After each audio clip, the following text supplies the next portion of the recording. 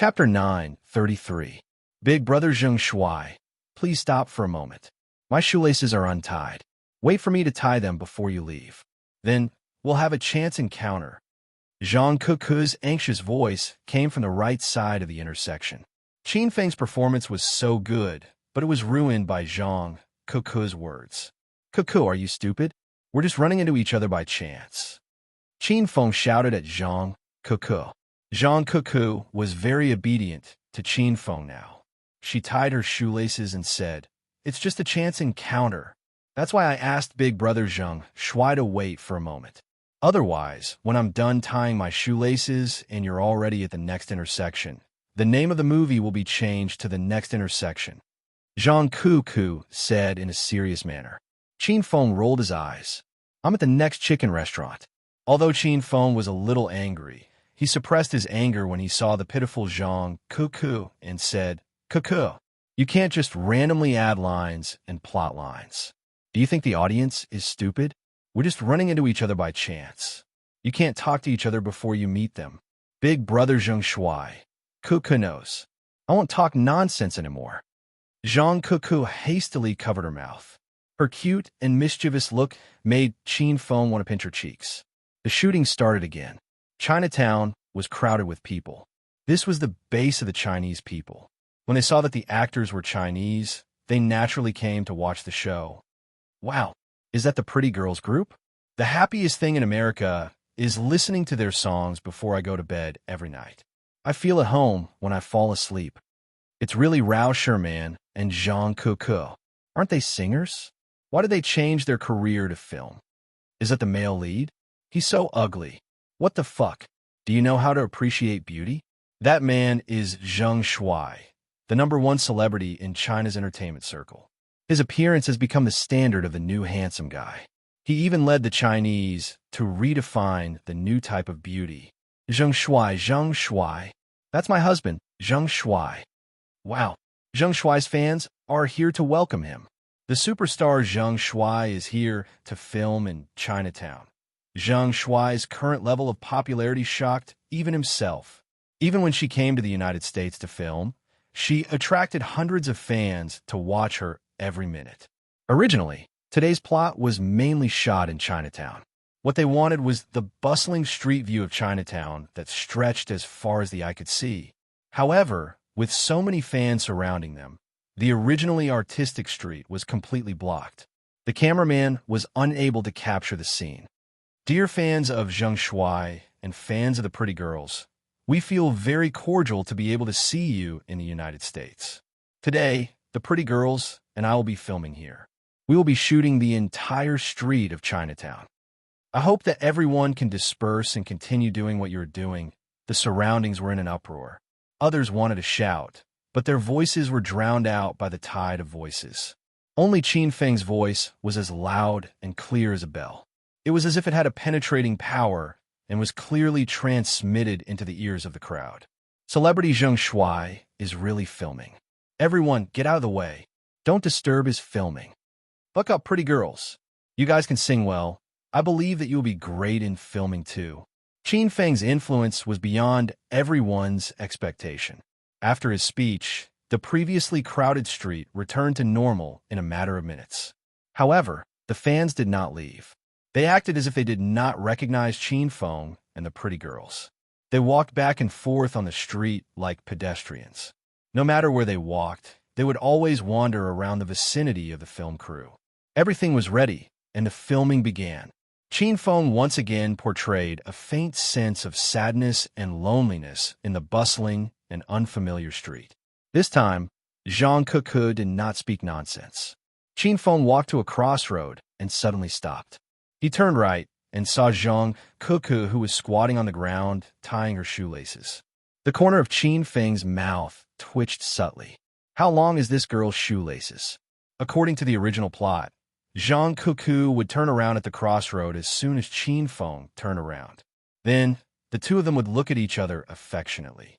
Their faces would be filled with expressions of shock, surprise, longing, touched, and warmth. They had to portray the emotions and feelings of a sudden encounter in a foreign country. This was an extremely complicated scene that tested Qin Feng's acting skills. However, Qin Feng was not worried at all because he believed in his acting skills. However, Qin Feng changed his mind when the filming started. No matter how good one's acting skills and abilities were, it would be like playing the lute to a cow when he met a pig-like teammate. Zhang Kuku had been squatting on the ground, tying her shoelaces for 2 minutes. She did not even raise her head to look at Qin Feng.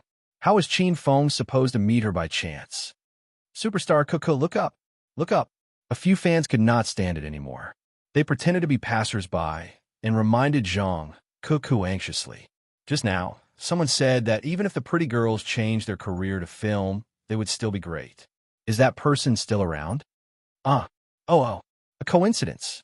A coincidence. Zhang Kuku snapped back to reality after being reminded. She quickly raised her head and looked at Qin Feng. This was supposed to be a coincidence, but it was a coincidence when they turned around and looked at each other.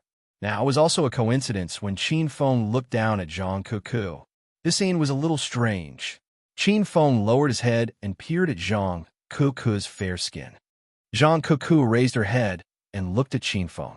Then, she uncontrollably shifted her gaze downward and stared at Qin Feng's crotch. Zhang Kuku was almost played to death by Qin Feng last night. She was curious whether the space in his pants was that big. It shouldn't be able to fit, right? Qin Feng regained his senses. He remembered that he still had to perform the 5 different emotions, but he did not have the urge to continue acting when he was looking down at Zhang Kuku. Before Qin Feng could perform, Zhang Kuku suddenly pounced on him and kept uttering which startled Qin Feng. Kuku, what the fuck are you doing? Qin Feng could no longer stand Zhang Kuku. He was infuriated by Zhang Kuku.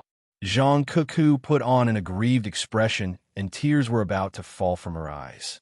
I just want to act properly so that I won't be a burden to you. The 5 os that I uttered are different tones and expressions. They express 5 different emotions: shock, surprise, longing, touched, and warmth.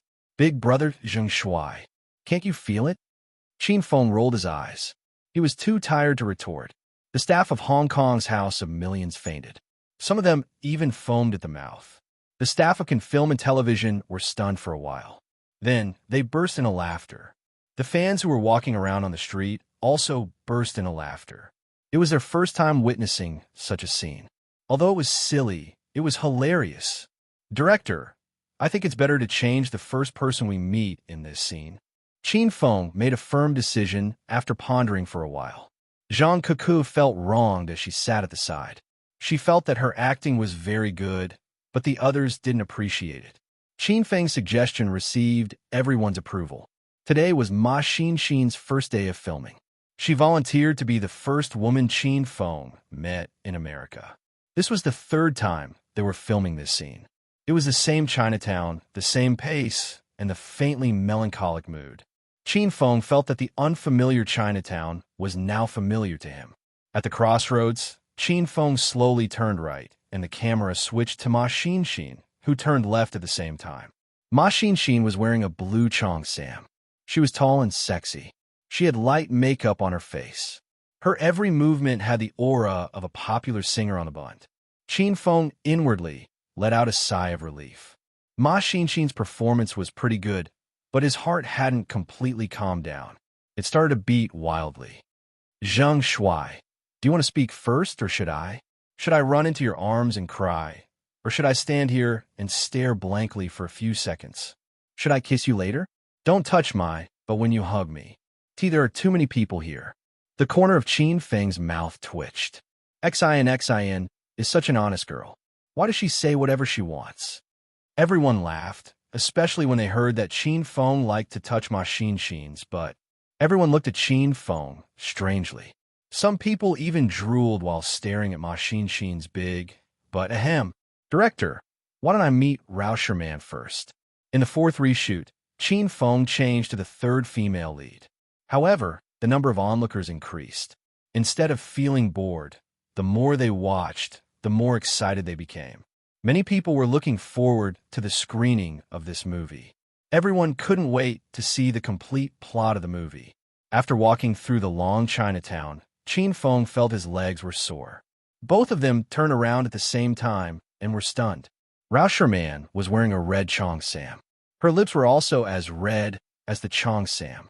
She stood on the bustling street, but she didn't seem to belong to this street. Time seemed to stand still at this moment. The crowd became insignificant and didn't even exist in this time and space. Only Qin Feng and Rao Sherman were left on the street. They looked at each other affectionately from a distance of 5 meters, and both shed a tear. Tears of excitement rolled down Qin Feng's face. He finally met a woman who could act normally with him. Rao Sherman didn't know why she was crying. When she saw Qin Feng crying, she also wanted to cry. "Sherman, is that you?" Qin Feng's voice was light, but it contained all kinds of emotions. "Qin Feng? I'm not dreaming, am I?" Rao Sherman acted very well. Her red lips were slightly parted, looking lovely and charming. Qin Feng slowly walked to Rao Sherman. He stretched out his trembling hands and gently held Rao Sherman's charming face. "Sherman, it's really you. This is great. We finally meet again. This is fate." Chapter 9:34. Qin Feng's hoarse voice was laced with a hint of longing. His words silenced the crowd. Everyone was captivated by Qin Feng's infectious performance. "Of course I remember. I said, if fate wills it, let's meet again. I didn't expect that we would meet again. Yeah, I thought I'd never see you again, because we didn't." Qin Feng was halfway through his sentence when Rao Sherman suddenly reached out her slender hand and placed it beside Qin Feng's mouth. "Young hero Qin Feng, please stop. I understand." Looking at the blushing Rao Sherman, Qin Feng gently pulled her into his arms. "Beauty Sherman, do you really understand?" Rao Sherman nodded shyly. "Since we didn't do it that day, it's God's will that we meet again today. If we don't do it today, we'll be defying God's will," Qin Feng said seriously. Rao Sherman lifted her head shyly and gazed at Qin Feng with her big, watery eyes. Qin Feng lowered his head and kissed Rao Sherman's bright red lips. The crowd was in an uproar. Rao Sherman and Zheng Shuai kissed for real. There was no such thing as using a substitute. The kissing scene was heartfelt. This chance encounter met everyone's expectations. Whether it was Qin Feng or Rao Sherman, their acting skills were outstanding. A group of young girls burst into tears. It looked like they were moved to the depths of their souls by this performance. However, only those who had cried could understand how painful it was to see their favorite celebrity kissing another woman. After kissing for an unknown period of time, a sudden shout broke the tranquil beauty of this moment. "Ah, ah, ah, ah."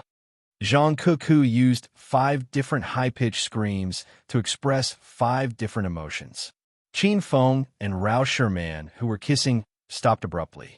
Their passion was instantly extinguished by Zhang Kuku's screams. "Who's this crazy woman?"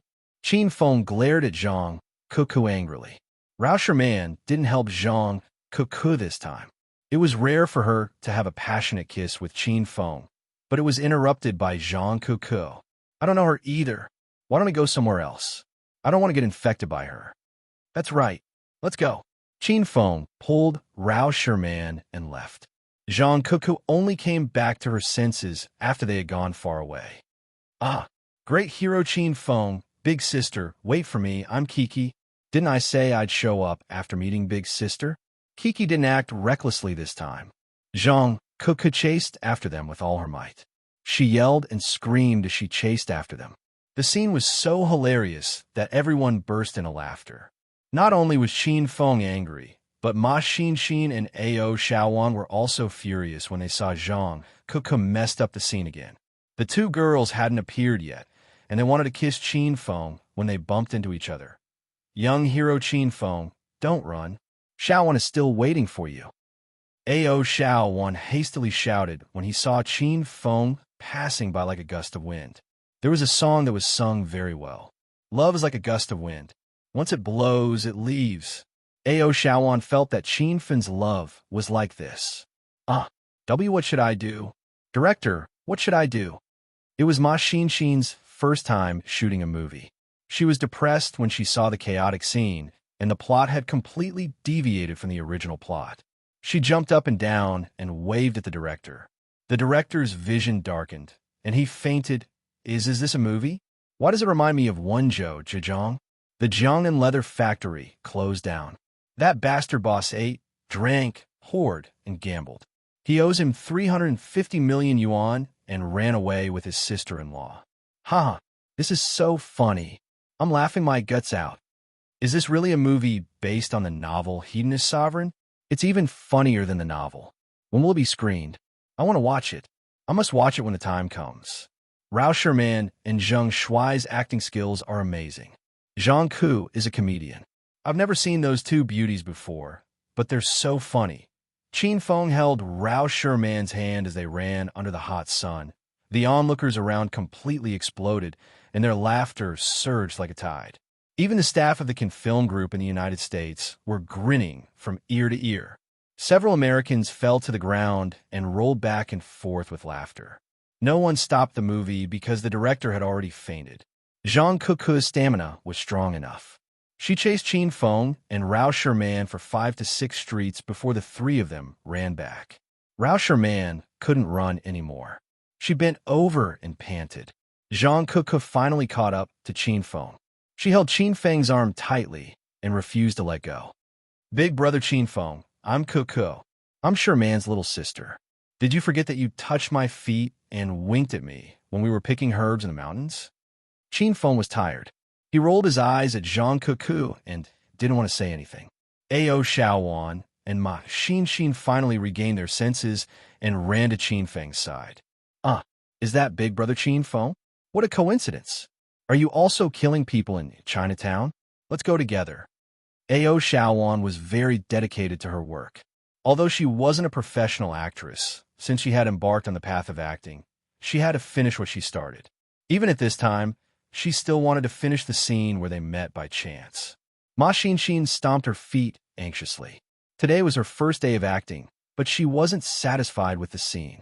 She didn't even say a word, and she realized that she didn't have any screen time at all. Therefore, in order to steal the spotlight, Ma Xinxin covered Qin Feng's face with her hand and smiled foolishly at the camera. Ma Xinxin was relieved.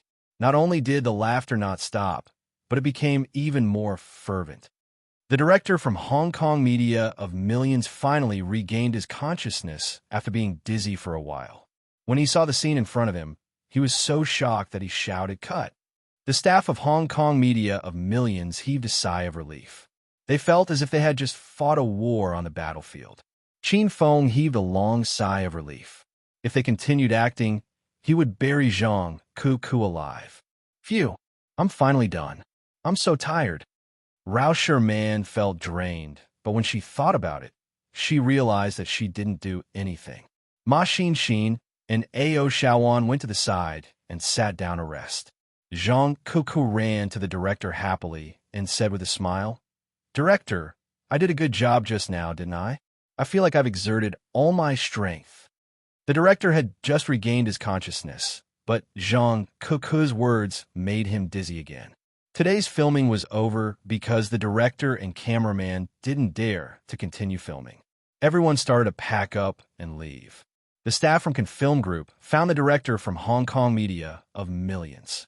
After a brief conversation, the director understood the intention of the staff from Film Group. They were interested in the movie Hedonist Sovereign and wanted to buy the American copyright so that it could be broadcasted at the same time in China. This news stunned the director from Hong Kong. What's wrong with this world? Could it be that the last stage of Chinibu can really be transmitted through the air? The director felt that he couldn't understand this industry anymore. Qin Feng didn't care about the film copyright, so he left it to the director to negotiate. When the fans saw that the filming was over, they surrounded Qin Feng and the others to take pictures with them. Most of them asked about the screening time of Hedonist Sovereign.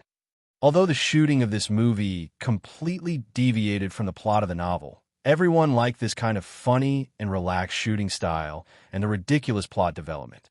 Qin Feng and the others didn't put on airs like celebrities, but Ao Xiaowan didn't like being surrounded by so many people. She would yell at them to get lost. but no one was willing to leave. Therefore, Ao Shaoan became anxious. She said that she would bring people to kill them, and then she said that she would find out everyone's background and come to cause trouble.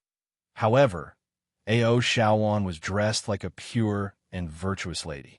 Basically, the Chinese in America didn't know her. No one believed that Ao Shaoan was telling the truth. Everyone thought that she was still immersed in her role in the movie and couldn't come back to her senses. No one hated Ao Shaoan because of her dirty words. Instead, many people became her fans. Some daring grandfathers liked Ao Shaoan very much and patted her head as if she was their own granddaughter. Ao Shaoan was so angry that her face turned pale. Her nose was so crooked that it couldn't be pulled back. However, she couldn't do anything about it. She couldn't fight with these grandfathers and grandmothers, could she? Zhang Cuckoo was the happiest. She knew that her acting was very good. She definitely had the basic qualities and acting skills of a popular movie star. Otherwise, why would so many people like her?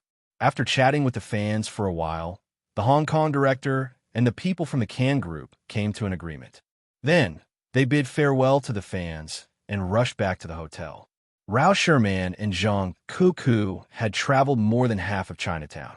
When they returned to the hotel, they went straight to their room to rest. Ma Xin and Ao Shaoan also went to bed. Qin Feng lay on the sofa in the living room. He opened his Weibo and saw hundreds of thousands of comments. Honey, are you looking for that place? I think it's in a small town in America. Honey, I'm 100% sure it's in America. I'm asking my friend from the Huaxia Intelligence Agency to locate the exact location. I'll let you know as soon as I get any news. Honey, remember to come home for dinner after you finish filming.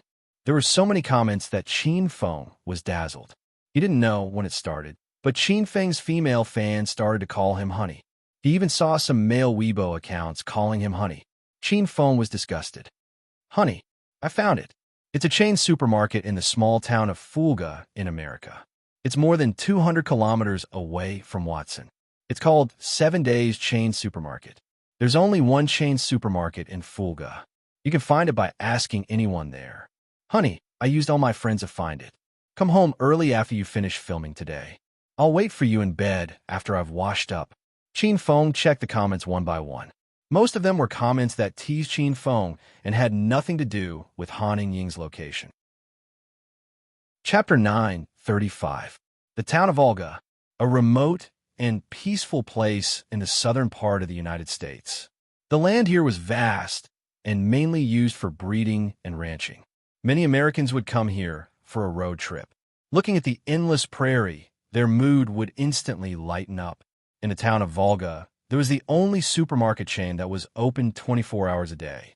The people of the town basically came to this supermarket chain to buy daily necessities and snacks. At 6 o'clock in the evening, the sun had already started to set. The town of Volga was shrouded in the afterglow. The prairie was half dyed in gold, and every piece of land was a picturesque scene. Welcome. The censor at the entrance of the supermarket said in English. Two men wearing black leather jackets and black leather pants walked in. They were both about 1.8 meters tall. One had a yellow afro, and the other had a black braid. Just looking at them would make people feel a little scared. Give me 2 packs of Old Captain. The man with the braid was a black man. He threw some US dollars on the cashier and chewed gum in his mouth. He had a sloppy attitude. Han Ying picked up the 2 US dollars on the table and showed a professional smile. Sorry, I don't have enough money. Pa! The man with the yellow afro slammed his palm on the cashier and stared at Han Ying fiercely. Fuck, I only brought this little money with me today. Hurry up and give me the cigarettes. Don't talk nonsense. Believe it or not, I'll kill you. Han Ying was startled by this sudden action. Her tall and sexy body trembled slightly. However, she quickly calmed down. Han Ying was a queen who had worked hard in the business world. She had once invested more than $1 billion in one sentence. Sorry, our supermarket doesn't take credit. Han Ying looked at the man with the afro and said firmly, Fuck, you're very arrogant, aren't you? Do you know who we are? We're in the mafia. Believe it or not, I'll smash your store. The man with the afro's eyes almost popped out. He bared his yellow teeth and looked at Han Ying. The black man with the braid suddenly stopped his partner, who was about to make a move. His gaze fell on Han Ying's curvaceous body. He rubbed his chin and laughed evilly. "Leon, why are you so fierce? Don't scare the little sister." The man with the afro froze for a moment, then looked Han Ying up and down seriously. When he saw that Han Ying had the appearance of an Eastern beauty, but had the majestic bust of a Western woman, he almost drooled. "Akka, you have good eyesight. Why didn't I realize that she was a beauty just now?" "Ha!" Leon also laughed vulgarly. At this time, Akka's gaze was fixed on Han Ying's black stockings. It looked like it wanted to pounce on Han Ying and rip her stockings apart. Han Ying instinctively took 2 steps back. She was a little scared. This was a remote town in America. Han Ying had no one to rely on. She was currently working a night shift, and the store's security guard had just left. She was the only one guarding the store. If the 2 men in front of her wanted to do something, Han Ying had no way of resisting. "You guys should go to another store to buy cigarettes. We're all sold out," Han Ying said. "Little sister, don't lie to your brothers, okay? Isn't that the old captain over there? How could they be sold out?"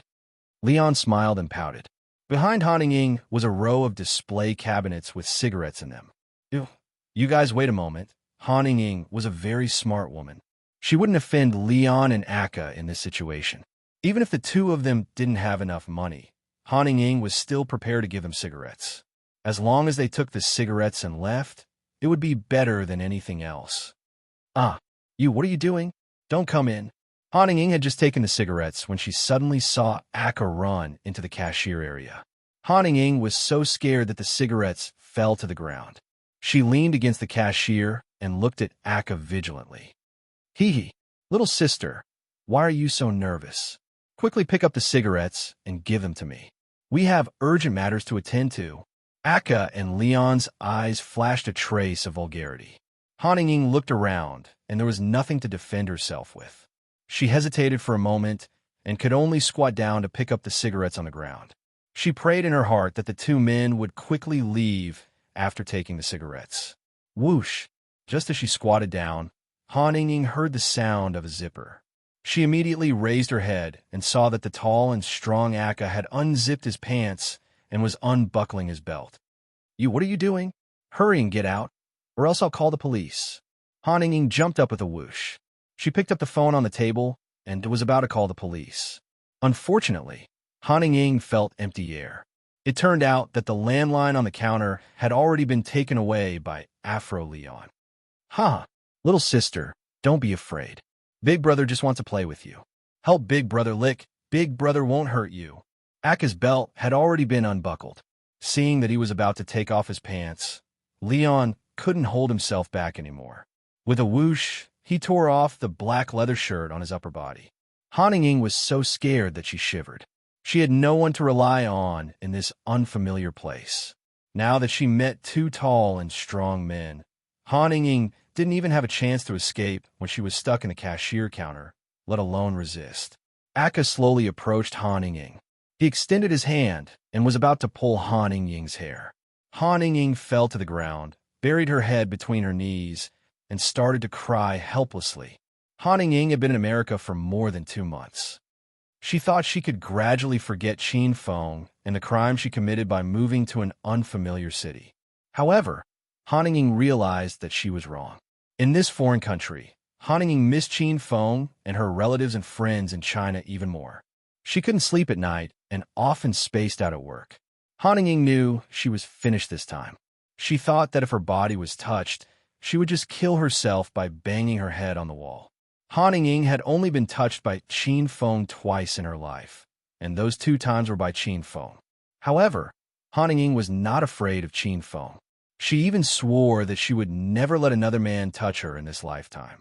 If Qin Feng couldn't forgive her crimes, then she would hide in a place that Qin Feng would never find and live the rest of her life alone. Whoosh. The wind whistled, but it was covered by Akka's evil laughter.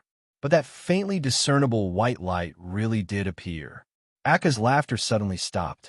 He looked at his hands in astonishment. The hands that were about to grab Han Ying's hair. Why did they suddenly disappear? At that moment, Akka didn't feel any pain. He looked at the pair of hands that fell on the floor with an expression of senile dementia. The hands that resembled his own were still twitching on the floor. However, this scene that defied common sense was too horrifying. It made Akka's heart stop for a few seconds. Roar!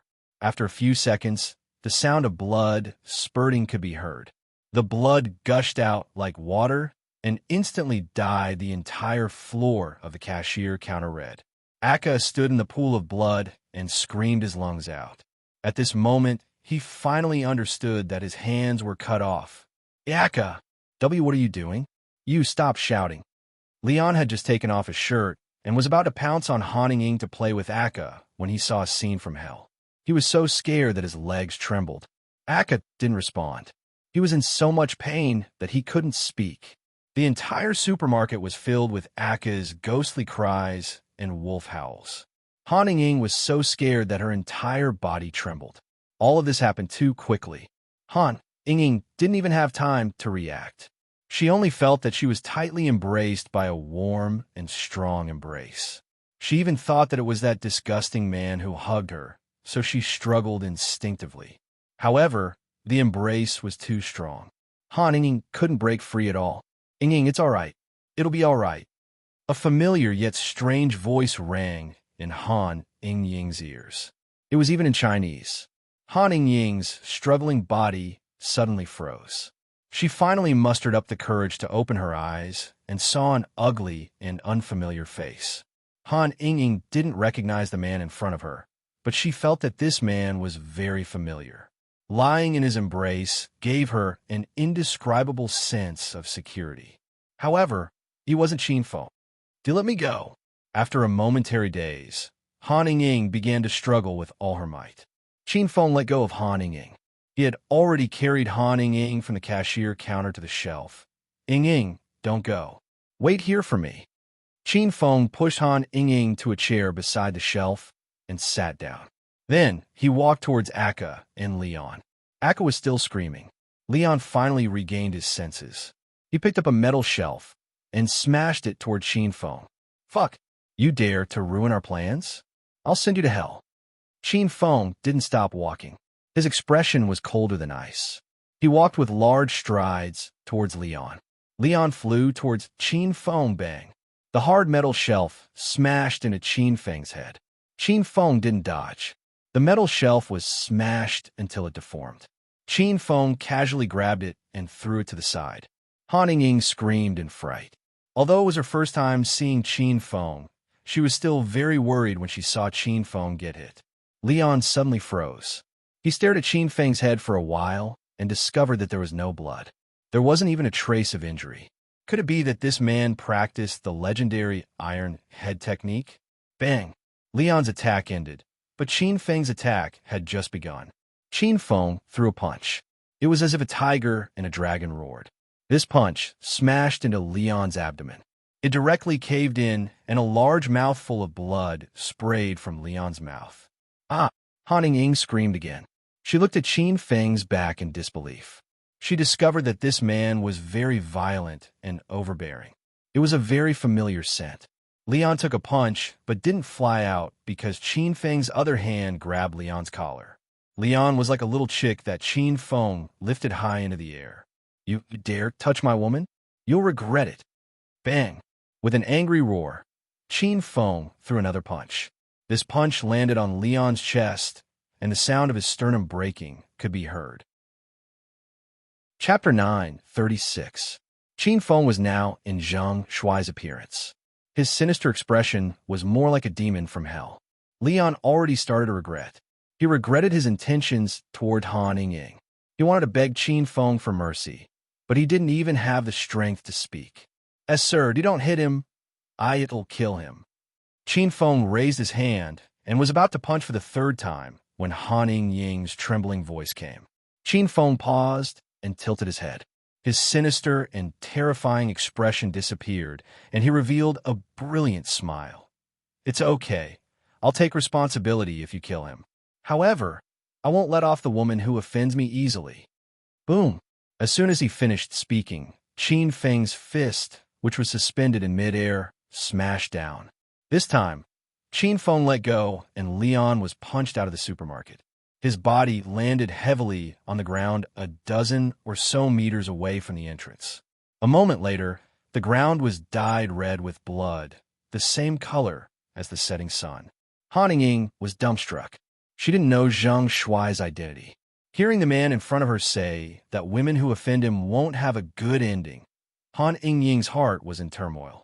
She knew that the man in front of her was clearly not Qin Feng. At that moment, her frozen heart slowly melted. Han Ying didn't know what was wrong.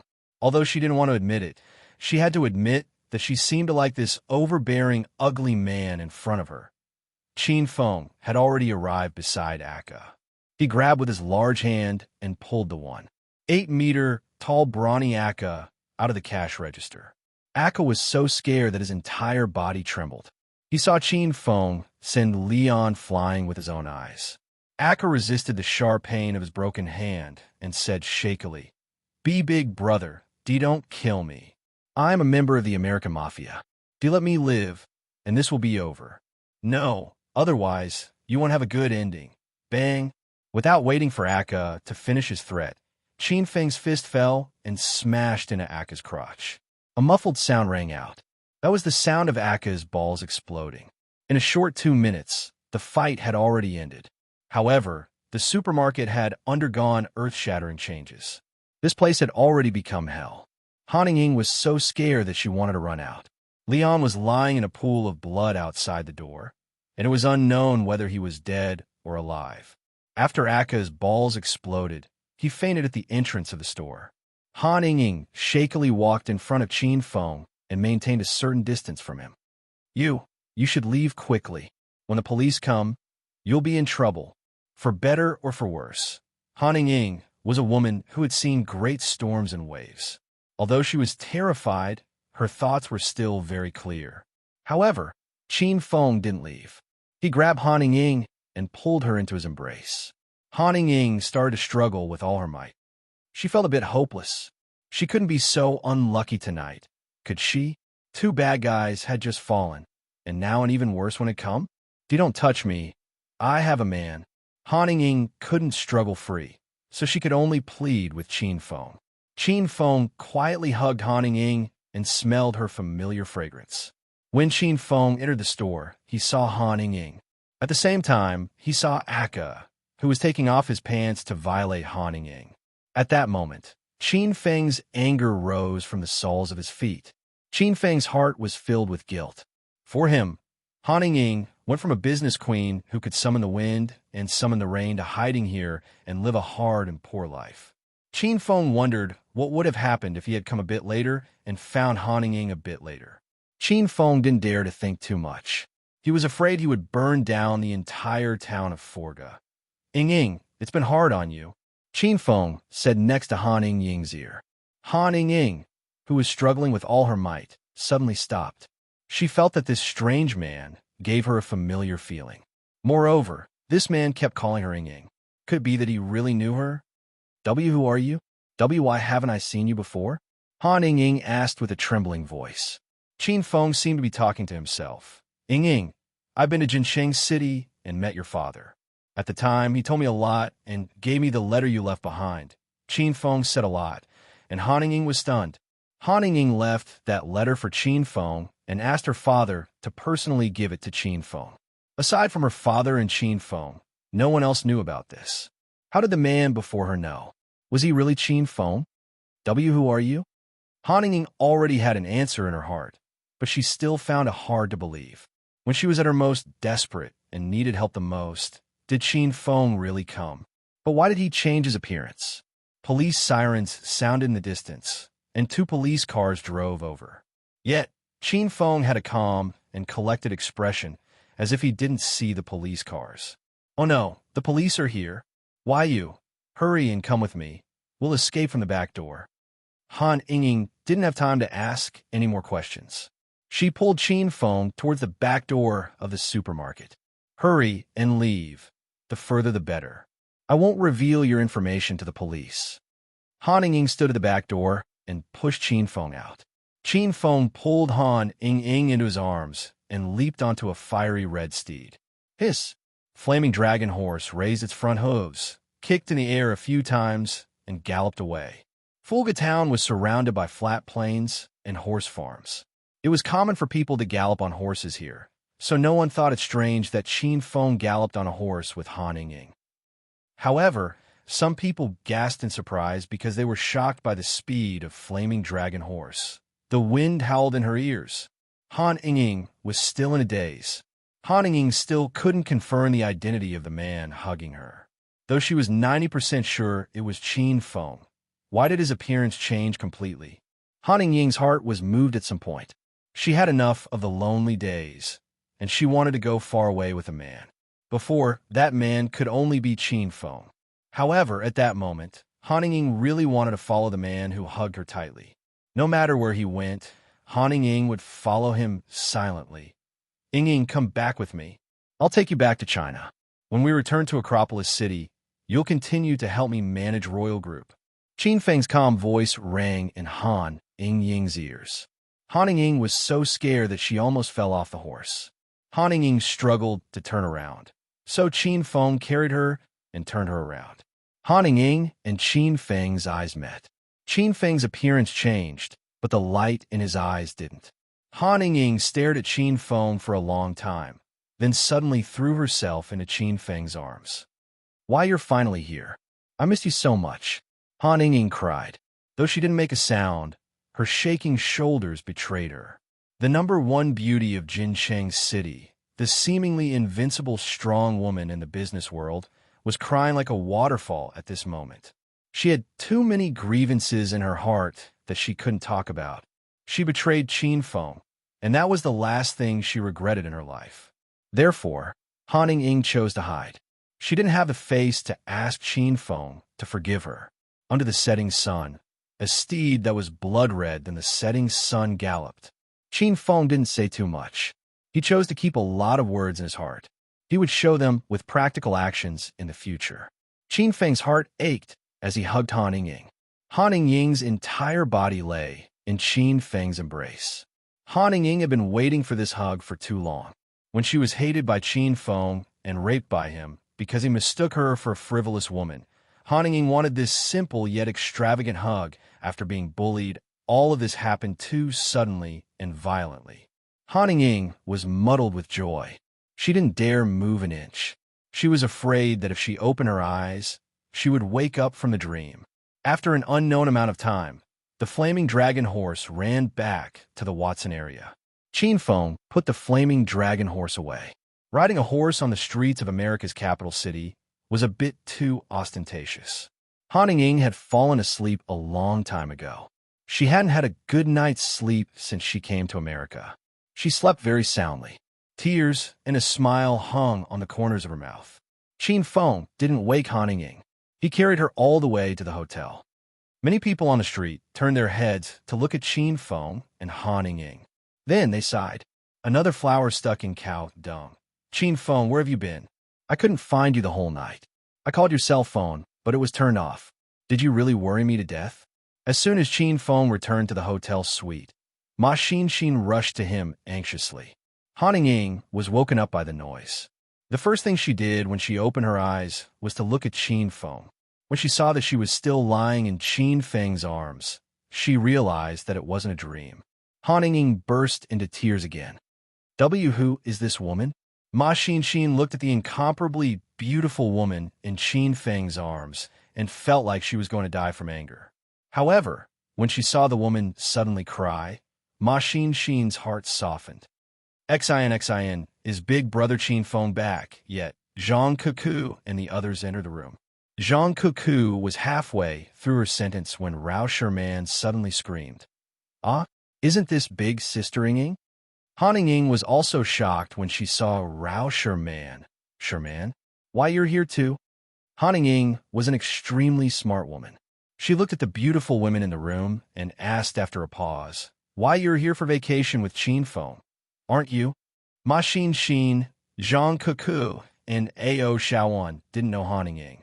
However, when they saw Qin Feng brought back such a beautiful woman with a good figure, the three women looked a little unhappy. Rao Sherman stayed in Qin Manor when she went to Acropolis City. She often hung out with Han Ying and Su Ruo. Their relationship was pretty good. Rao Sherman held Han Ying's hand and explained. Ying, long time no see. How are you? We came to America to film.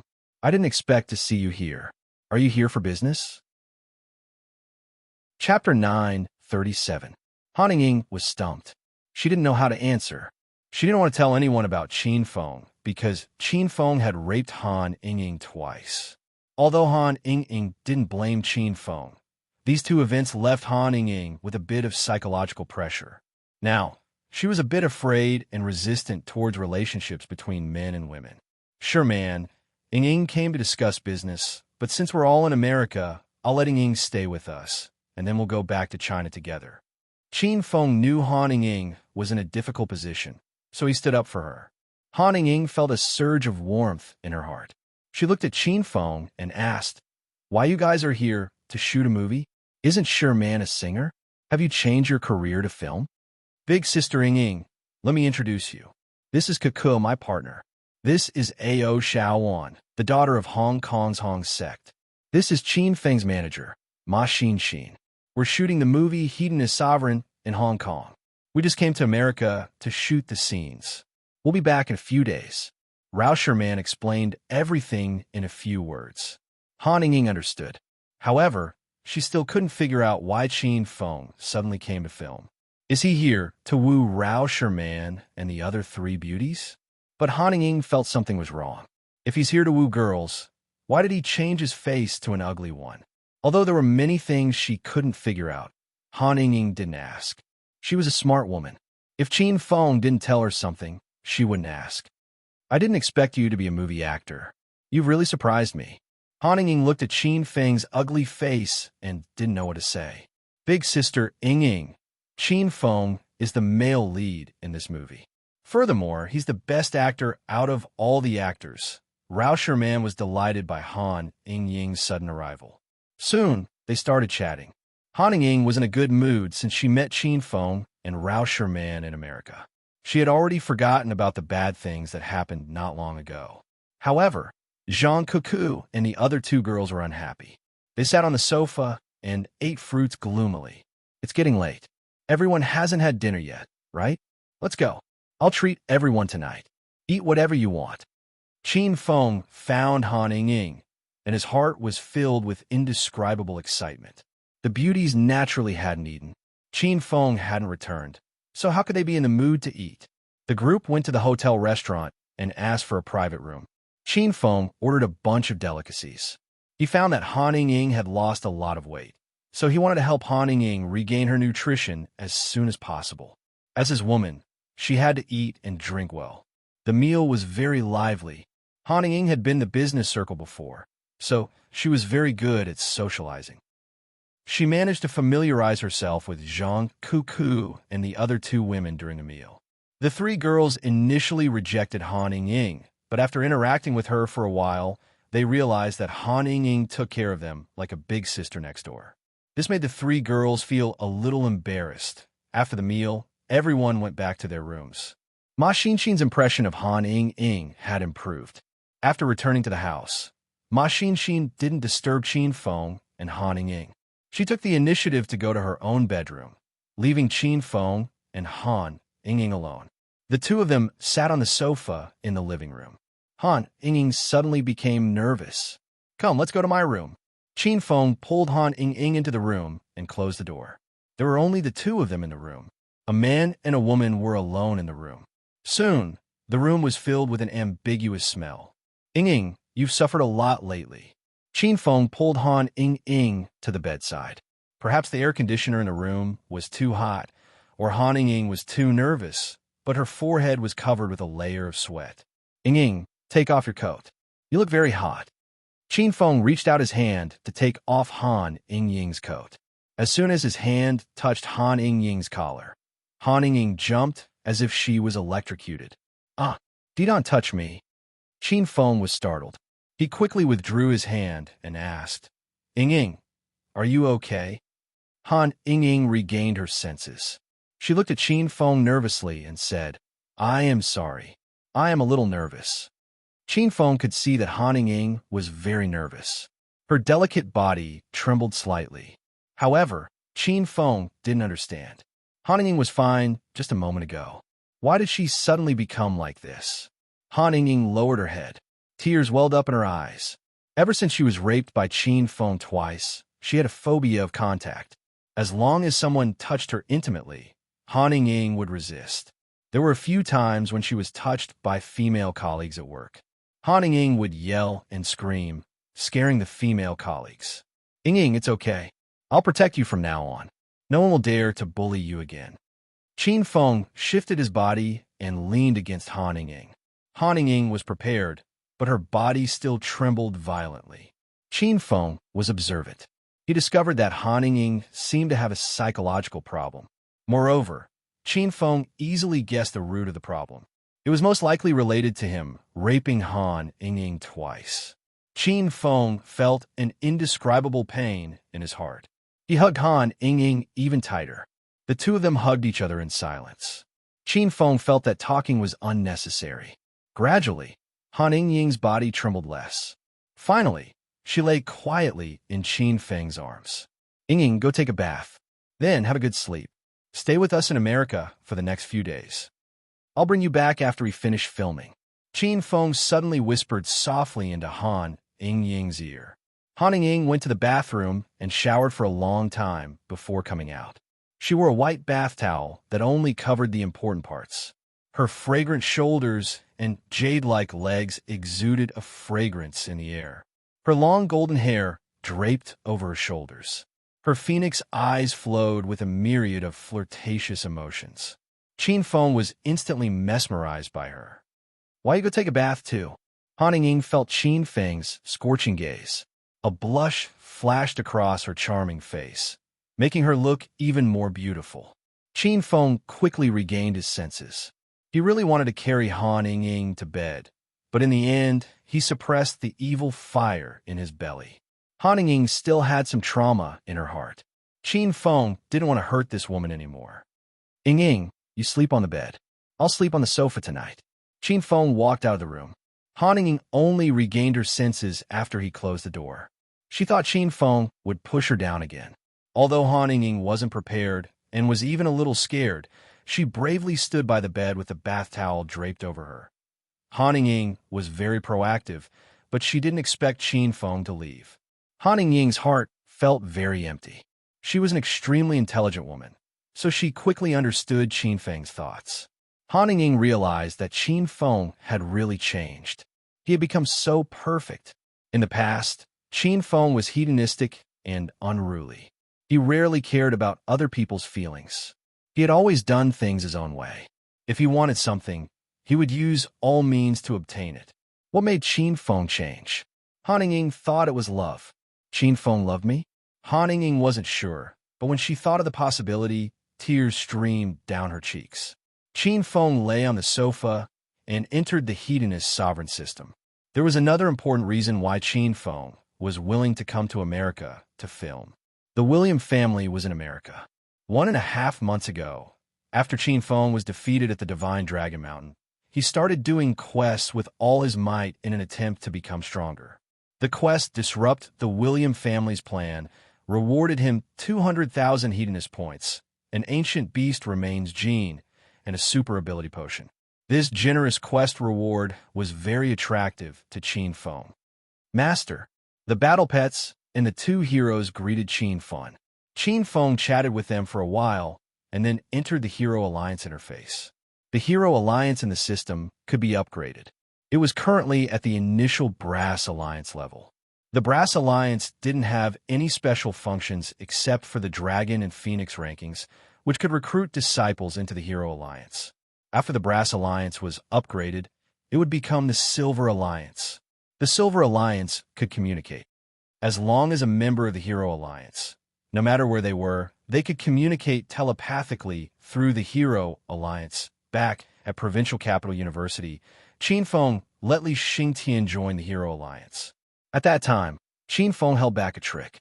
Now that Li Xingtian was captured by the William family, Qin Feng could communicate with him as long as he upgraded the Hero Alliance. Apart from the disciples of the Hero Alliance, No one else would be able to hear or find out about this conversation. Upgrade. With a thought from Qin Feng, 50,000 hedonist points instantly disappeared. Following that, the dragon and phoenix rankings, which were flashing with a brass color, suddenly shone with a silver light. The divine dragon and golden phoenix, circling above the dragon and phoenix rankings, suddenly opened their eyes. With a roar and a cry, the entire dragon and phoenix rankings began to slowly expand. The surface area was twice as large as before, and the number of ancient runes around the rankings also increased, making it look more exquisite and majestic.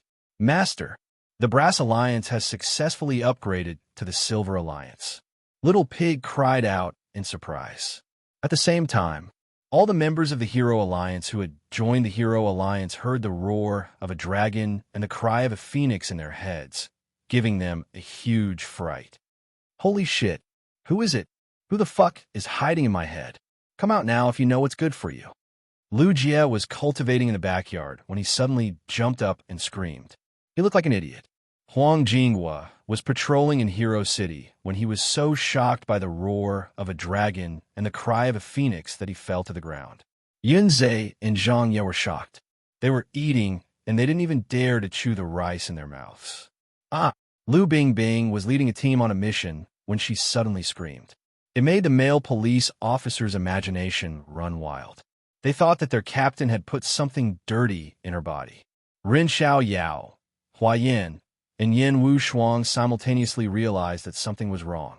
The three women were so shocked that they thought they were hallucinating. However, in the next second, they realized that it wasn't a hallucination. They heard Qin Feng's voice in their heads. Chapter 9:38. Everybody, hello. Qin Feng pondered for a while. How should he greet them? Finally, he decided that greeting them in English and Mandarin would be very classy since they were in the U.S. However, Qin Feng's heart turned cold after greeting them, and no one responded to him. It wasn't that they didn't want to talk to Qin Feng, but all the members of the Hero Alliance were stunned. They had just heard Dragon roar and Phoenix cry, and now they heard Qin Feng's voice in their heads. Should they go to the hospital for a checkup? Qin Feng, Lu Bingbing was the first to come back to her senses. She replied cautiously and nervously. Who? Who's talking in my head? And it's a woman? Come out if you have the guts. Don't play tricks on me, or I'll kill you with my overlord slash. Who are you yelling at? You're still in my head. Come out if you have the guts. Let's see who's going to slash who. Lu Bingbing was hot-tempered, and she couldn't stand Lu Jie's threat. Your voice sounds familiar. Who are you? Lu Jie asked. I'm Lu Bingbing, Qin Feng's woman. I'm on a mission at the pedestrian street in the provincial capital. Get your ass over here, and I'll be waiting for you. Lu Bingbing was furious. Ever since Qin Feng's family announced her triple identities at the martial arts competition, few people dared to offend her. Lu Jie was so scared that his teeth chattered. So it's sister-in-law Bingbing. I'm Lu Jie, big brother Qin's little brother, Lu Jie. Lu Jie was wiping his cold sweat and apologizing to Lu Bingbing when Hua Yin complained, I'm Qin Feng's woman. Wait for me at the pedestrian street if you have the guts. I'll kill you from Acropolis City. Let's see if you still have the guts to talk nonsense then. Wait, can I ask what's going on? Zhang Ye asked cautiously. Yin Wushuang had been suppressing her anger for a long time, but she was too embarrassed to admit her relationship with Qin Feng like Lu Bingbing and Hua Yin did. She grabbed Zhang Ye and yelled, You can't ask. Shut up. Zhang Ye recognized Yin Wushuang's voice, and he was so scared that he wanted to chop his head off. Master, are you there? What the hell is going on? Ren Xiao Yao's doubtful voice rang out. She felt that the three women who spoke just now were very fierce. Even Ren Xiao Yao didn't dare to offend them. Everyone quietened down. Everyone realized that it wasn't a problem with their brains, but a problem with their nerves. Could it be that everyone's nerves were twisted together? Otherwise, how could they communicate in their minds? Since when did this technology become so widespread? It was simply too heaven-defying. Is everyone having fun? Qin Feng laughed so hard that he almost choked. He had just turned on the Heroes Alliance communication function, and even Qin Feng thought it was too fun. Qin Feng, You dead man, where are you? Lu Bingbing complained. I'm in the United States. I'll be back soon. Qin Feng, what kind of advanced technology is this? Why can we communicate with our brains? I don't even have to speak. It's all just a mental communication. Hua Yin quickly noticed something was amiss. Those who spoke just now are members of the Heroes Alliance. As long as you join the Heroes Alliance, you can communicate with all the members at any time. You don't even have to speak. You can communicate with your mind. It's not advanced technology. It's just a method of voice transmission. Qin Feng had already thought of an excuse. Advanced technology was too mysterious because the technology on Earth hadn't reached such a level yet. He was afraid that no one would believe him even if he said it. As for voice transmission, it really existed, and it was easy to fool people. Sure enough, everyone had heard of voice transmission, but they had never seen it.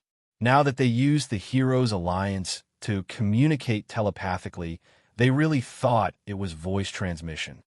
Wow, boss, you're so awesome. You even created a 1,000-mile sound transmission technique just to play LOL. Which region are you guys in? My Black Rose Diamond account. Masters, please carry me. Lu Jie yelled excitedly. Qin Feng was so angry that his nose was crooked.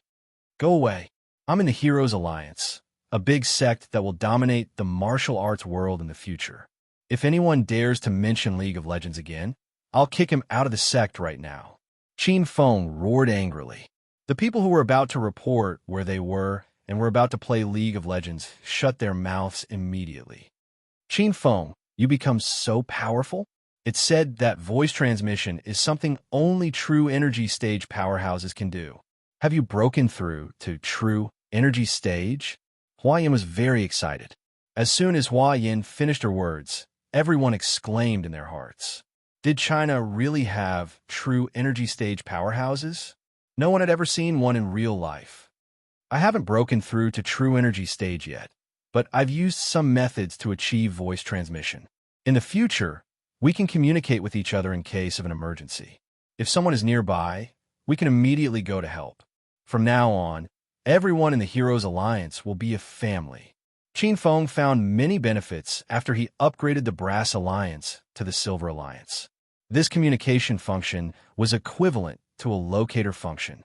When more and more members joined the Hero Alliance in the future, even if Qin Feng wasn't nearby, there would be other Hero Alliance members who would go and help when their women and brothers were in danger. Qin Feng was very satisfied with this. Qin Feng chatted with everyone for a long time, and the atmosphere was very lively. Qin Feng found that the Heroes Alliance was very user-friendly.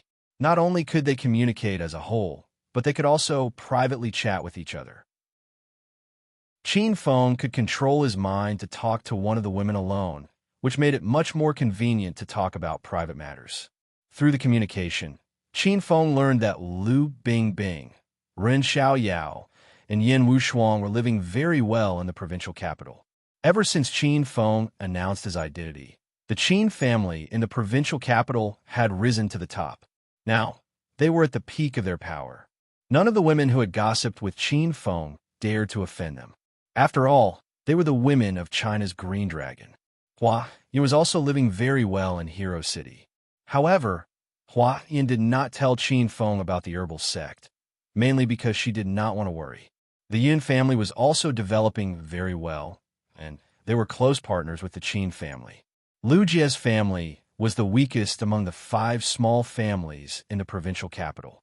However, because he was Qin Feng's follower, the Lu family was directly promoted to the top of the 5 small families. Zhang Ye was also doing very well in the Dragon sect. He usually followed Lu Bingbing and Yin Wushuang, and whenever there was any hard work, he would rush to finish it for them. They chatted until late at night. Everyone was a little sleepy, so they went to bed. In the middle of the night, Zhang Kuku ran to Qin Feng's room. Knowing that Han Ying had slept in the room, Zhang Kuku dared not to mess around with Qin Feng on the sofa. She was afraid that both of them would go to the toilet in the middle of the night. Nevertheless, Zhang Kuku satisfied Qin Feng. She lied under the sofa and let Qin Feng lie on the sofa. Then, she tried to eat a popsicle for the first time. Zhang Kuku didn't think it tasted good because the popsicle was too big. However, Qin Feng liked it very much, especially the taste of adultery. Ah, you too. Last night, W, what did you do? Qin Feng and Zhang Kuku were awakened by a scream. When they woke up, Zhang Kuku's scream drowned out Ma Xinxin's scream. Ma Xinxin was so scared that she almost fell to the ground. Oh, why am I here? Is my sleepwalking acting up again? Ah, big brother Qin Feng, why are you sleeping on the sofa? Did you do anything to Kuku last night? Zhang Kuku was so scared that she almost had a heart attack. She remembered that she was too tired from eating last night and fell asleep on the carpet. Now that she was caught red-handed by Ma Xinxin, Zhang Kuku was worried that her secret would be exposed. Qin Feng felt his eardrums were about to burst. Han Ying ran out of the sofa when she heard the commotion. Han Ying and Ma Xinxin only had a towel draped over their bodies. Their long legs dazzled Qin Feng's eyes. W, what are you two doing? Han Ying was stunned by the scene in front of her. Qin Feng was half naked on the sofa, while Zhang Kuku was lying on the carpet next to him in a spaghetti-strap dress. Did you say that they had been chatting for the whole night? Who the hell are you trying to fool? Ah, and nothing. Kuku and I chatted for the whole night, and then we fell asleep unknowingly. Qin Feng smiled guiltily. Ma Xinxin and Han Ying pursed their lips. Obviously, they didn't believe him. W, what is this? Ma Xinxin's eyes were sharp. She covered her mouth and looked at a spot beside the sofa. Then, she looked at Zhang Kuku's mouth in astonishment. Ah, W, what is this? I don't know what this is. Oh, quick, move away. Zhang Kuku jumped up in shock when she saw the stain on the sofa. Under everyone's shocked gaze, Zhang Kuku picked up the kettle on the coffee table and splashed the water on the sofa. Before Qin Feng could react, Zhang Kuku had splashed water all over him. Qin Feng jumped up in anger and shoved Zhang Kuku out of the room. Why are you acting up so early in the morning? Don't come and chat with me in the middle of the night anymore. I'm not as energetic as you. You're mentally ill. You should go to the hospital. Maybe you can be saved. Zhang Kuku ran out of the room and turned around to give Qin Feng a grateful look when she reached the door. Qin Feng rolled his eyes. He was speechless at Zhang Kuku's stupidity. When he closed the door and returned to the living room, Qin Feng was so shocked that he almost fell to the ground. Ma Xinxin and Han Ying were squatting beside the sofa. Their faces were on the spot where Qin Feng had slept. They seemed to be examining something. Ahem. You two go and wash up. We'll go to the filming after breakfast. Qin Feng rushed over and took the sofa cushion away. He threw it into the washing machine. Han Ying and Ma Xinxin looked at Qin Feng with a strange expression. Their women's instincts told them that something must have happened between Qin Feng and Zhang Kuku last night. Moreover, it must have been some shady business. After washing up, Qin Feng sneaked into Ma Xinxin's room and kissed her. Chapter 9:39. Qin Feng had been shooting in Chinatown for 3 days straight. Over the past few days, Qin Feng had Han Ying follow him. Han Ying felt like she was dreaming every day. She was in a foreign country, but she had someone to protect her and a good sister to keep her company. In the past, Han Ying would only dream of this. After a few days of shooting, Han Ying realized that Qin Feng's acting skills were not just for show. When Rauscherman said that Qin Feng's acting skills were the best among all the actors, Han Ying did not believe it. However, after witnessing the acting skills of Zhang Kuku, Ao Xiaowan, and Ma Xinxin, Han Ying completely believed it. Han Ying also felt that Hedonist Sovereign was not like a movie, but more like a sitcom. However, Han Ying quickly fell in love with this nonsensical blockbuster movie. With her unique business foresight, once this movie was released, it would have a boundless future. After these days of filming, Chinatown had become surprisingly popular. There were people coming and going on the streets every day, and there were several times more tourists than usual. These people had heard that Zheng Shuai and the Beautiful Girl Group were filming a movie in Chinatown, so they specially came to watch. Wow, Zheng Shuai is here. Zheng Shuai is even more handsome than in his photos. He's here. My husband is here. Look, that man with a scar on his face is my husband. He's so manly. Hey, what nonsense are you talking about, you bitch? That's my husband. Don't you dare say that I'll beat you to death. Shut up, all of you. Zheng Shuai is my husband. No, no, he's my husband. He's my husband. We have a marriage certificate. If you don't believe me, I'll show it to you. Early in the morning, Qin Feng and the girls saw a group of women fighting in front of them as soon as they arrived. The fight between the women was so violent that Qin Feng dared not to get too close to them. The Hong Kong staff went to mediate the fight, or else they would not be able to continue with the filming. The rest of the crew members stared at Han Ying.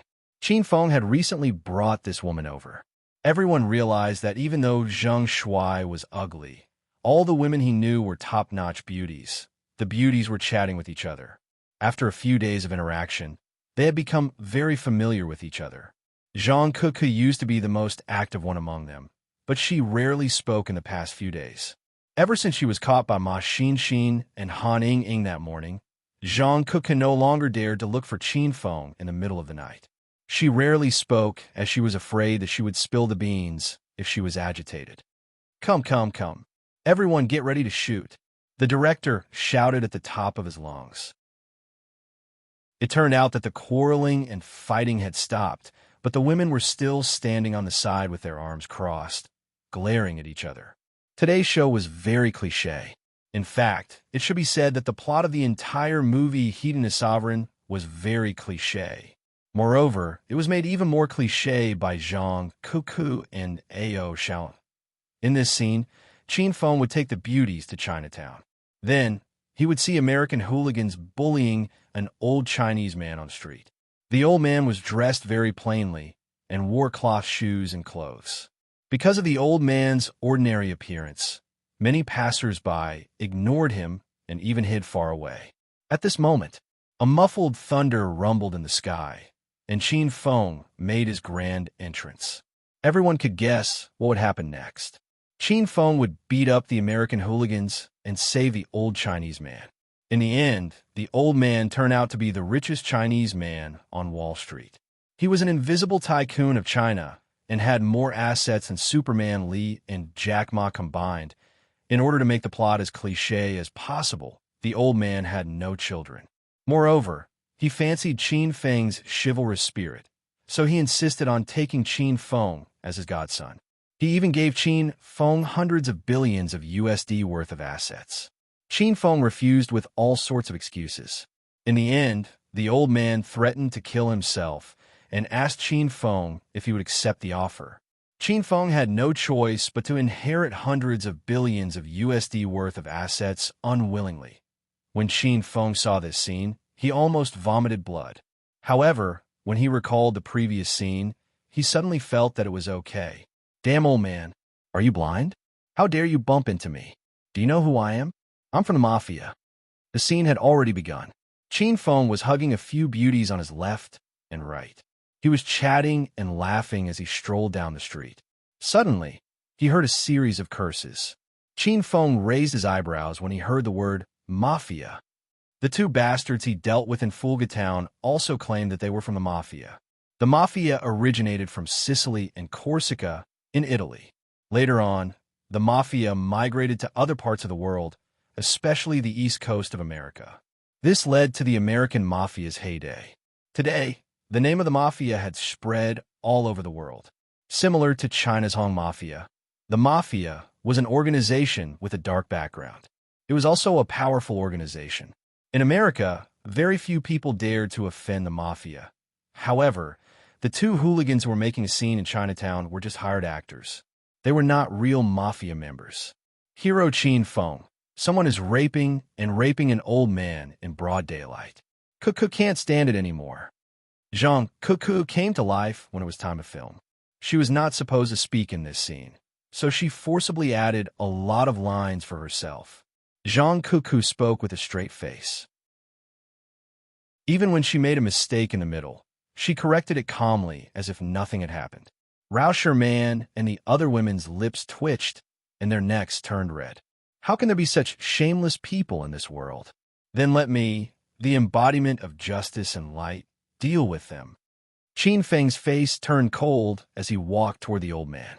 Rao Sherman pulled Qin Feng back and said worriedly, Qin Feng, those two hooligans seem to be from the Mafia. The Mafia is a powerful underground force in America. We're in a foreign country, so it's not good to provoke them. Qin Feng nodded and said, "You're right, Sherman. Let Cuckoo teach them a lesson. Let's continue our shopping." Rao Sherman and the other women nodded and pulled Qin Feng forward. Zhang Cuckoo was left alone. She felt so wrong that she almost burst into tears. Make way. Make way. The American Mafia is here to do business in Chinatown today. Everyone, get the fuck out of the way. While everyone was laughing, a group of burly men in black leather jackets and pants walked over. There were more than 30 of them. Other than the men in the front who were carrying steel pipes and clubs, there was also the rumbling sound of motorcycles coming from behind. More than a dozen Harley-Davidson motorcycles were driving over at high speed. Qin Feng and the others were stunned. Even the fans were dumbfounded. Everyone turned to look at the director team. They didn't expect the director team to spend so much money to hire so many extras for this movie. The director was dumbfounded because he wasn't the one who hired these extras. It wasn't that the director was stingy, but after witnessing the acting skills of Zhang Cuckoo and the other women, he gave up on the idea of producing this movie with a high budget. So what if he spent hundreds of millions to hire the most popular actors and actresses in China? It would be a waste if he met Zhang Cuckoo and the other women.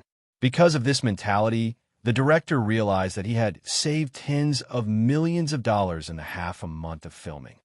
Don't you Huaxia pigs understand what I'm saying? Get the fuck out of here. The Mafia is here to do business today. If you don't leave now, I'll kill you all. The leader of the group was a bald man. He spoke in broken Huaxia language, but the Huaxia people in Chinatown could understand him. However, none of them left. Instead, the onlookers were boiling with excitement. Oh my God, this group of extras is of high quality. Where did they hire them from? I can tell that they graduated from a professional film school. Their appearance fee must be quite high. Of course it's not low. Didn't you see that they all came in the same outfit? For this movie, they even got a cross-skull tattoo on their arms. They even wore non-mainstream makeup, permed their hair, and put on eyeliner. They're amazing. Bro, your Harley-Davidson motorcycles are so cool. Why don't you go and film? Lend me your motorcycles. Wow, it's so realistic. These people even have guns on their belts. This movie is a big investment. The onlookers went crazy. They had come to watch Qin Feng and the others film every day for the past 3 days. Previously, there were no props or actors. The director team was so stingy. Today, they suddenly made such a big scene, and the onlookers couldn't get used to it. The onlookers ran to the Mafia group and groped around. The Mafia group came in a menacing manner, but now they were all dumbfounded. Bang! A muffled sound suddenly spread, and the excited crowd instantly quieted down. Everyone looked at the bald man who stood at the front. The bald man held a gun in his hand, and white smoke was still coming out of the muzzle. What the fuck? Is it a real gun? Something's wrong. These people are really the Mafia. The crowd was in chaos. Screams and cries rose one after another. Many people covered their heads and fled. After living in America for so many years, everyone knew about the reputation of the Mafia. There were often gunfights on the streets, and most of them were from the Mafia.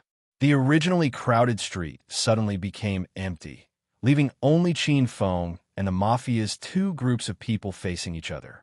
Qin Feng frowned slightly and shielded the women behind him. The staff from Hong Kong's House of Millions Media and America's Can Film Group were scared silly.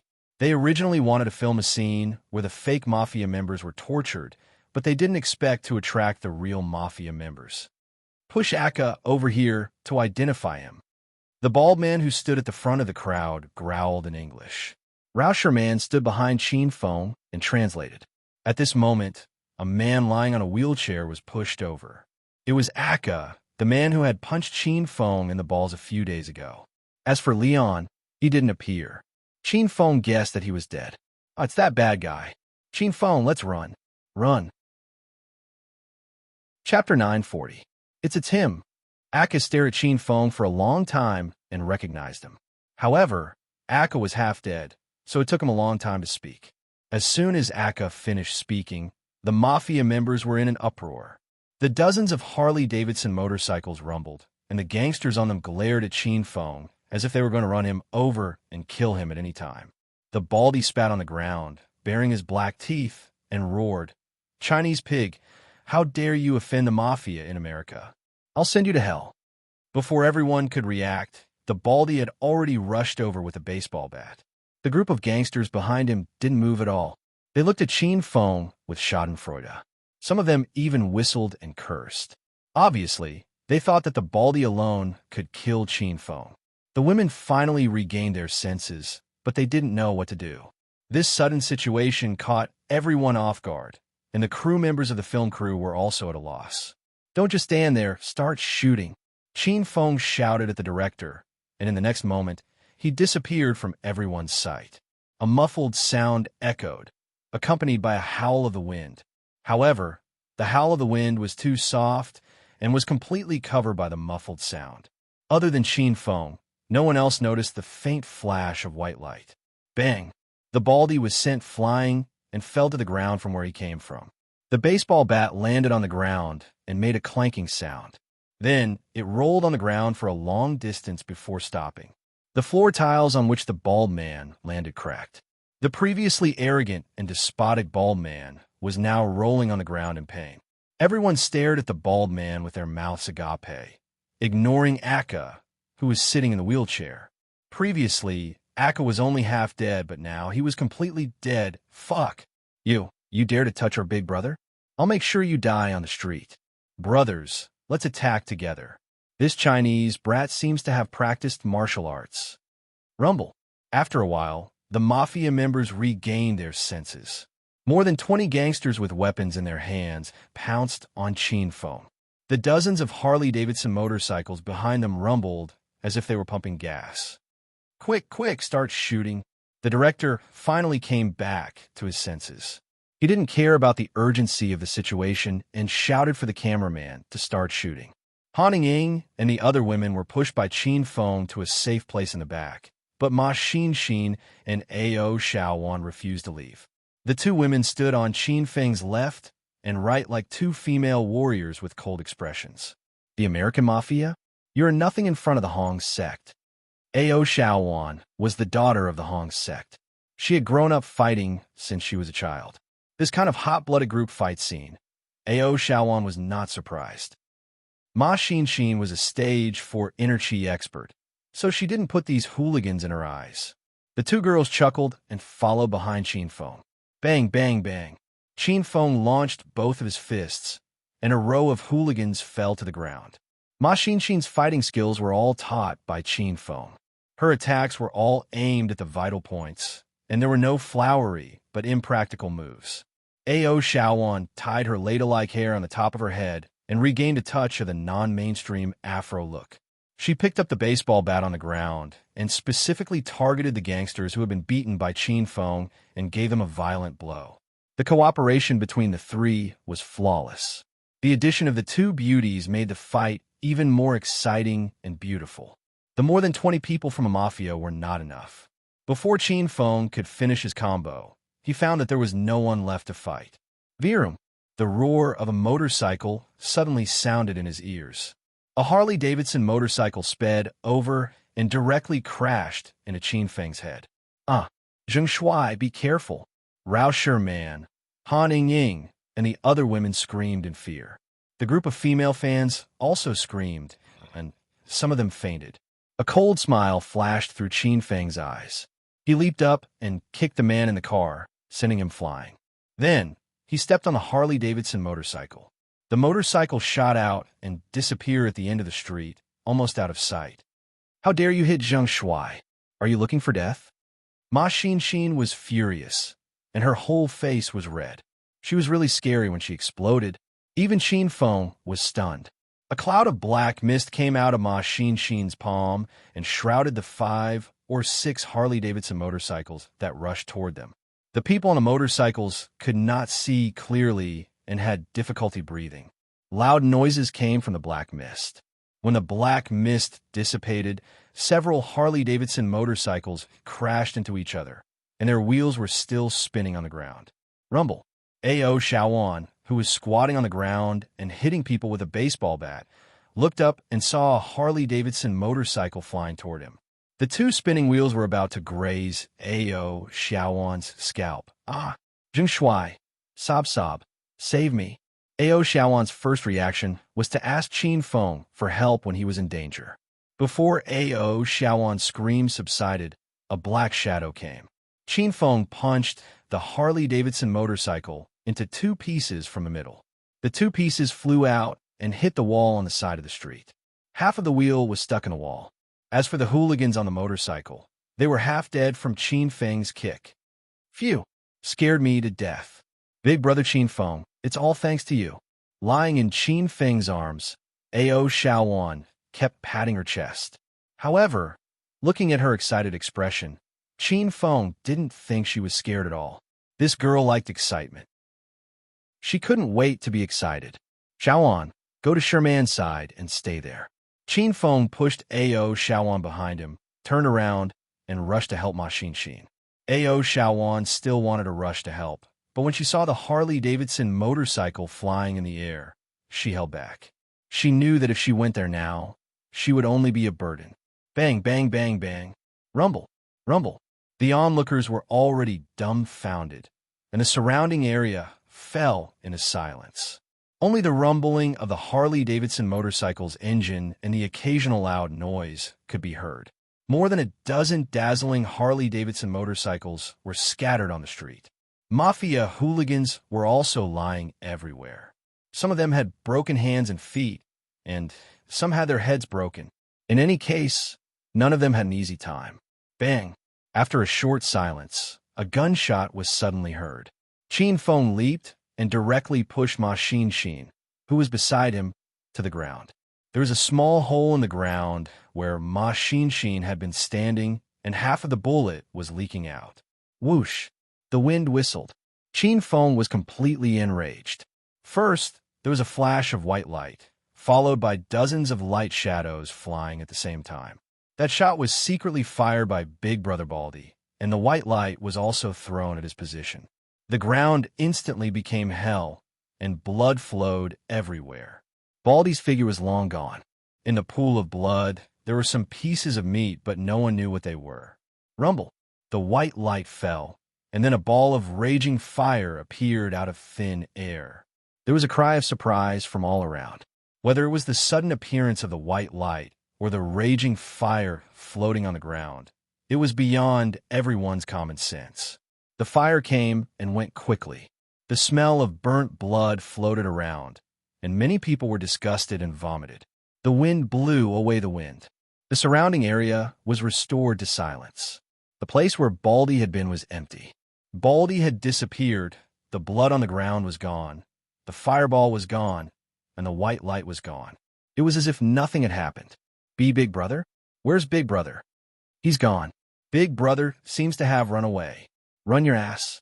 Big Brother broke his leg just now. How could he run? The people from the mafia gradually came back to their senses. They realized that Big Brother Baldy had disappeared. Big Brother Baldy couldn't have run away.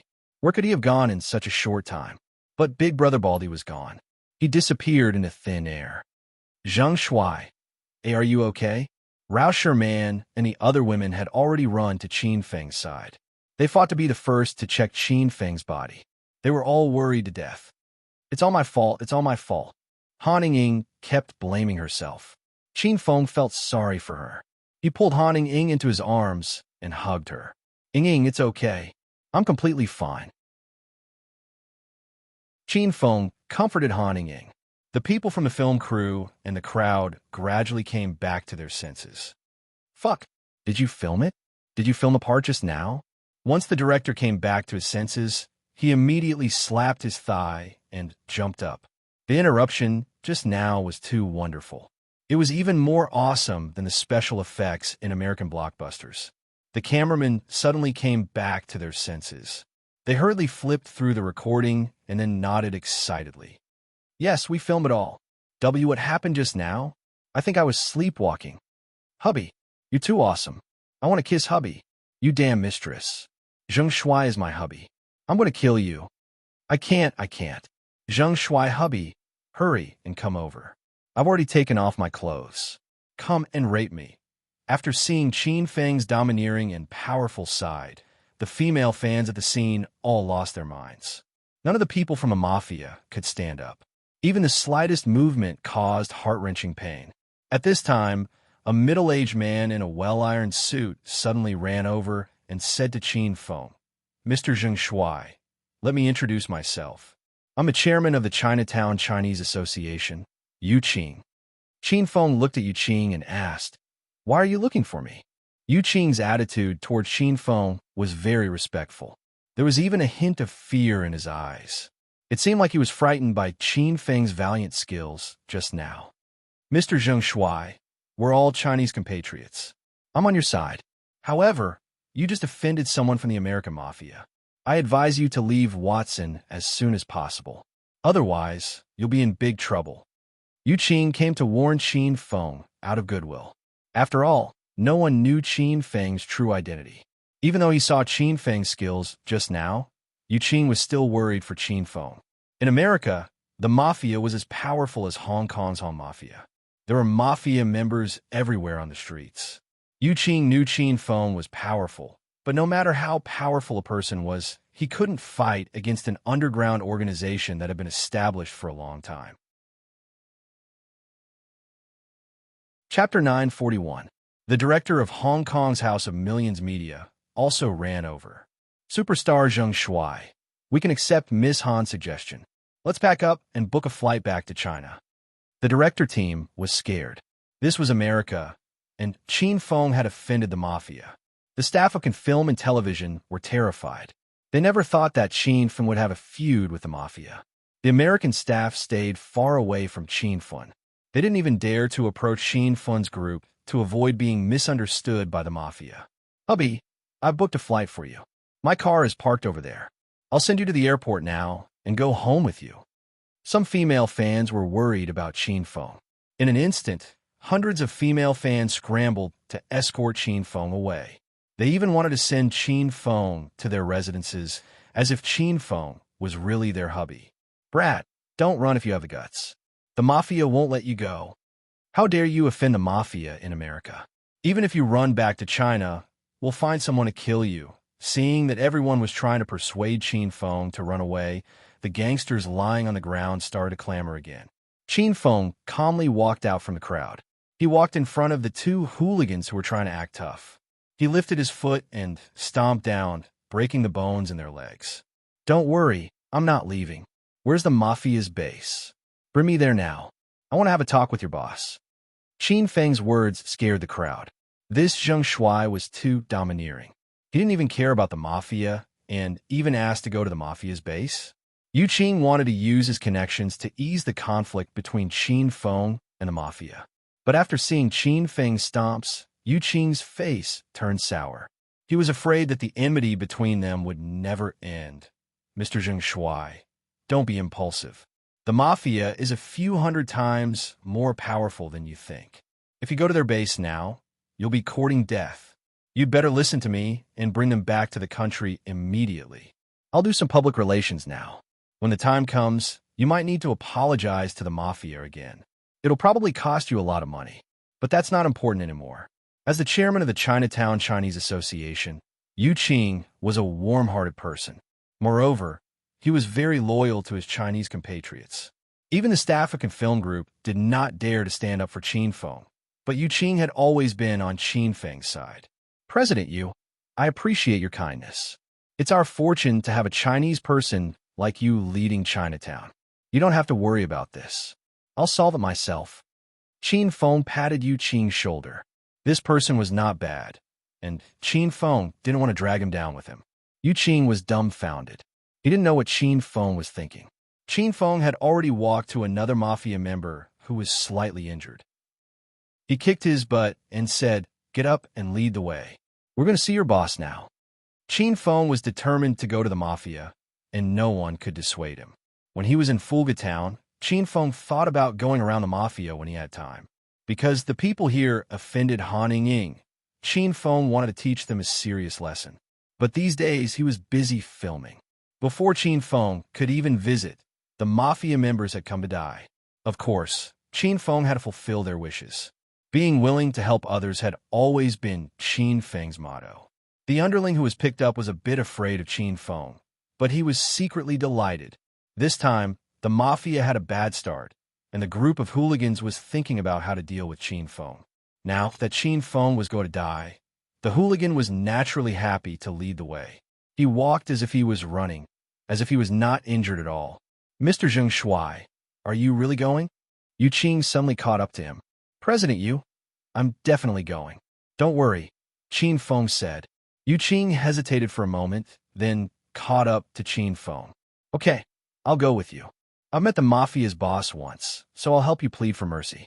There's still hope to save your life. Yu Qing wanted to save Qin Feng's life, but he didn't know that Qin Feng was going to wipe out the mafia.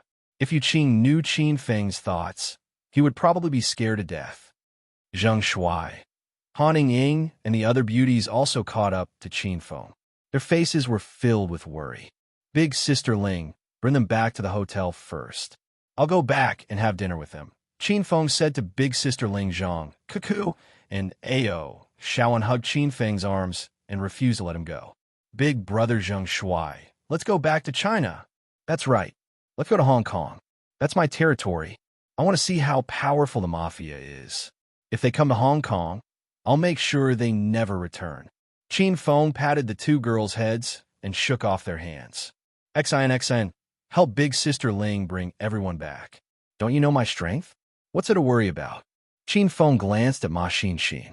Ma Xin was worried about Qin Feng as well, but she was relieved when she remembered that Qin Feng had recovered to the early stage of Stage 9 inner Qi.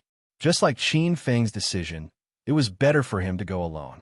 Even if he couldn't defeat the mafia, he could still escape. However, he couldn't take care of so many women if he went with them. Be careful. We'll wait for you to come back for dinner. Ma Xin was a stage for inner Qi martial artist. She dragged Zhang Cuckoo with one hand and Ao Shaoan with the other to Big Sister Ling. Rao Sherman and Han Ying were rational women.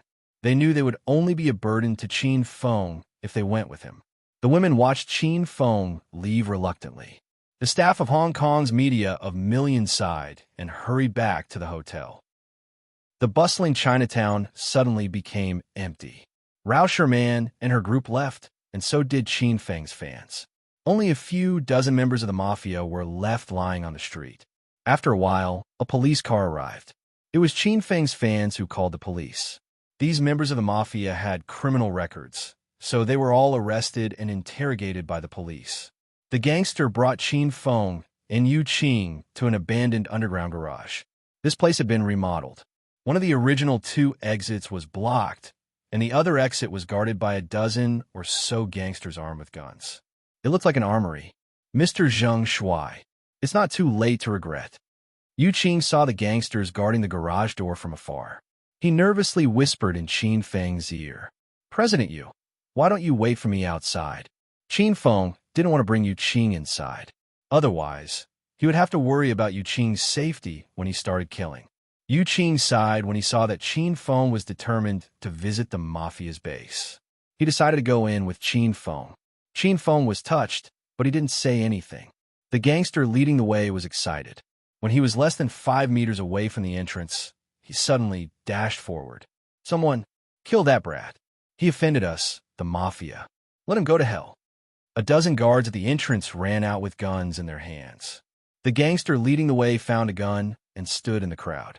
He stared at Qin Feng with a playful smile. He was a completely different person from his previous trembling self. Peter, what's going on? Someone asked the gangster leading the way. Leg, that kid is the bastard who killed Leon and blew up Akima's egg not long ago. We just brought our brothers to look for trouble with him, but we were beaten badly by him. Pete briefly explained what happened. The dozen or so guards' faces turned sinister. In America, it was always the mafia that bullied others. It's been a long time since someone found trouble with the mafia. Brothers, they don't shoot. I am Chinatown Chinese Association's president, Yu Qing. I brought Brother Zheng Shuai to apologize to Big Brother Black Bear. Yu Qing was so scared that he stood up and begged for mercy. He was afraid that the other side would shoot if they didn't agree. There were a dozen guns pointed at him. He and Zheng Shuai could be turned into a hornet's nest in minutes. What Chinese Association chairman? Who the fuck do you think you are? If you dare to offend our mafia, there's only one outcome, and that's death. Peter was clamoring. When he was leading the way, he didn't even dare to fart. Brothers, I know your big brother Black Bear. Let's talk inside. Yuqing knew Black Bear, but Black Bear didn't know him. But the situation was so critical, so Yuqing could only pretend first. Leg and Peter looked at each other. Peter said, Leg, I'll bring them in to see Big Brother.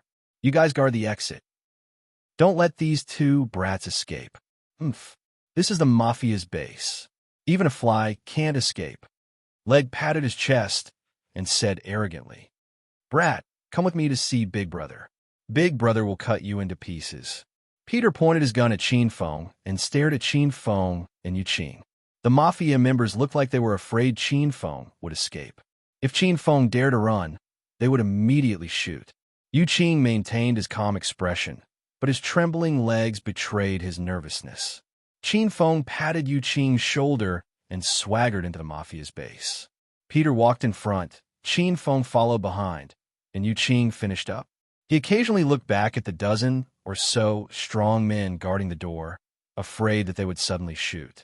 The mafia's base was very secretive because this underground garage had been abandoned for a long time and was located in a remote suburb of Watson. The lights in the garage were a bit dim. They walked a long way before they heard some noise. They walked to the end of the garage and turned into another garage. The scene in front of them changed dramatically. The dim lights became brighter, and many people appeared in the empty garage. Chapter 942. The garage was filled with smoke and the strong smell of alcohol. The men and women inside were all very crazy. Some of them were sucking on white powder and were in a very high state. There were even a few couples who stripped naked and had sex in the hall in front of everyone.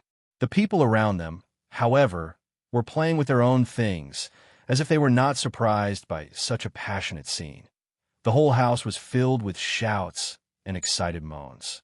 As soon as Yuqing entered the house, he was stunned by the chaotic scene inside. Peter, come here quickly. We need someone to play cards. Peter was pulled back by two brawny men as soon as he entered the house. Peter shook off their arms and said, Is Big Bro Black Bear here? Big Bro Black Bear is playing with a girl. He just kidnapped a Chinese chick from the street. She's tall and sexy with big breasts. You better not look for Big Bro now. If you anger Big Bro, you know what will happen. Peter spoke to the mafia members in English, and Yuqing translated for Qin Feng. After translating, Peter continued to persuade Qin Feng to take the opportunity to escape. Yuqing really didn't want to stay here for another minute. Of course, Qin Feng wouldn't escape. He came all the way to the mafia base and didn't even kill a single person. How could he leave? That wasn't Qin Feng's style. When Peter heard that Big Bro was doing business, he was in a difficult position. He really didn't dare to disturb Big Bro at this time. Peter, what's wrong with those two Chinese pigs?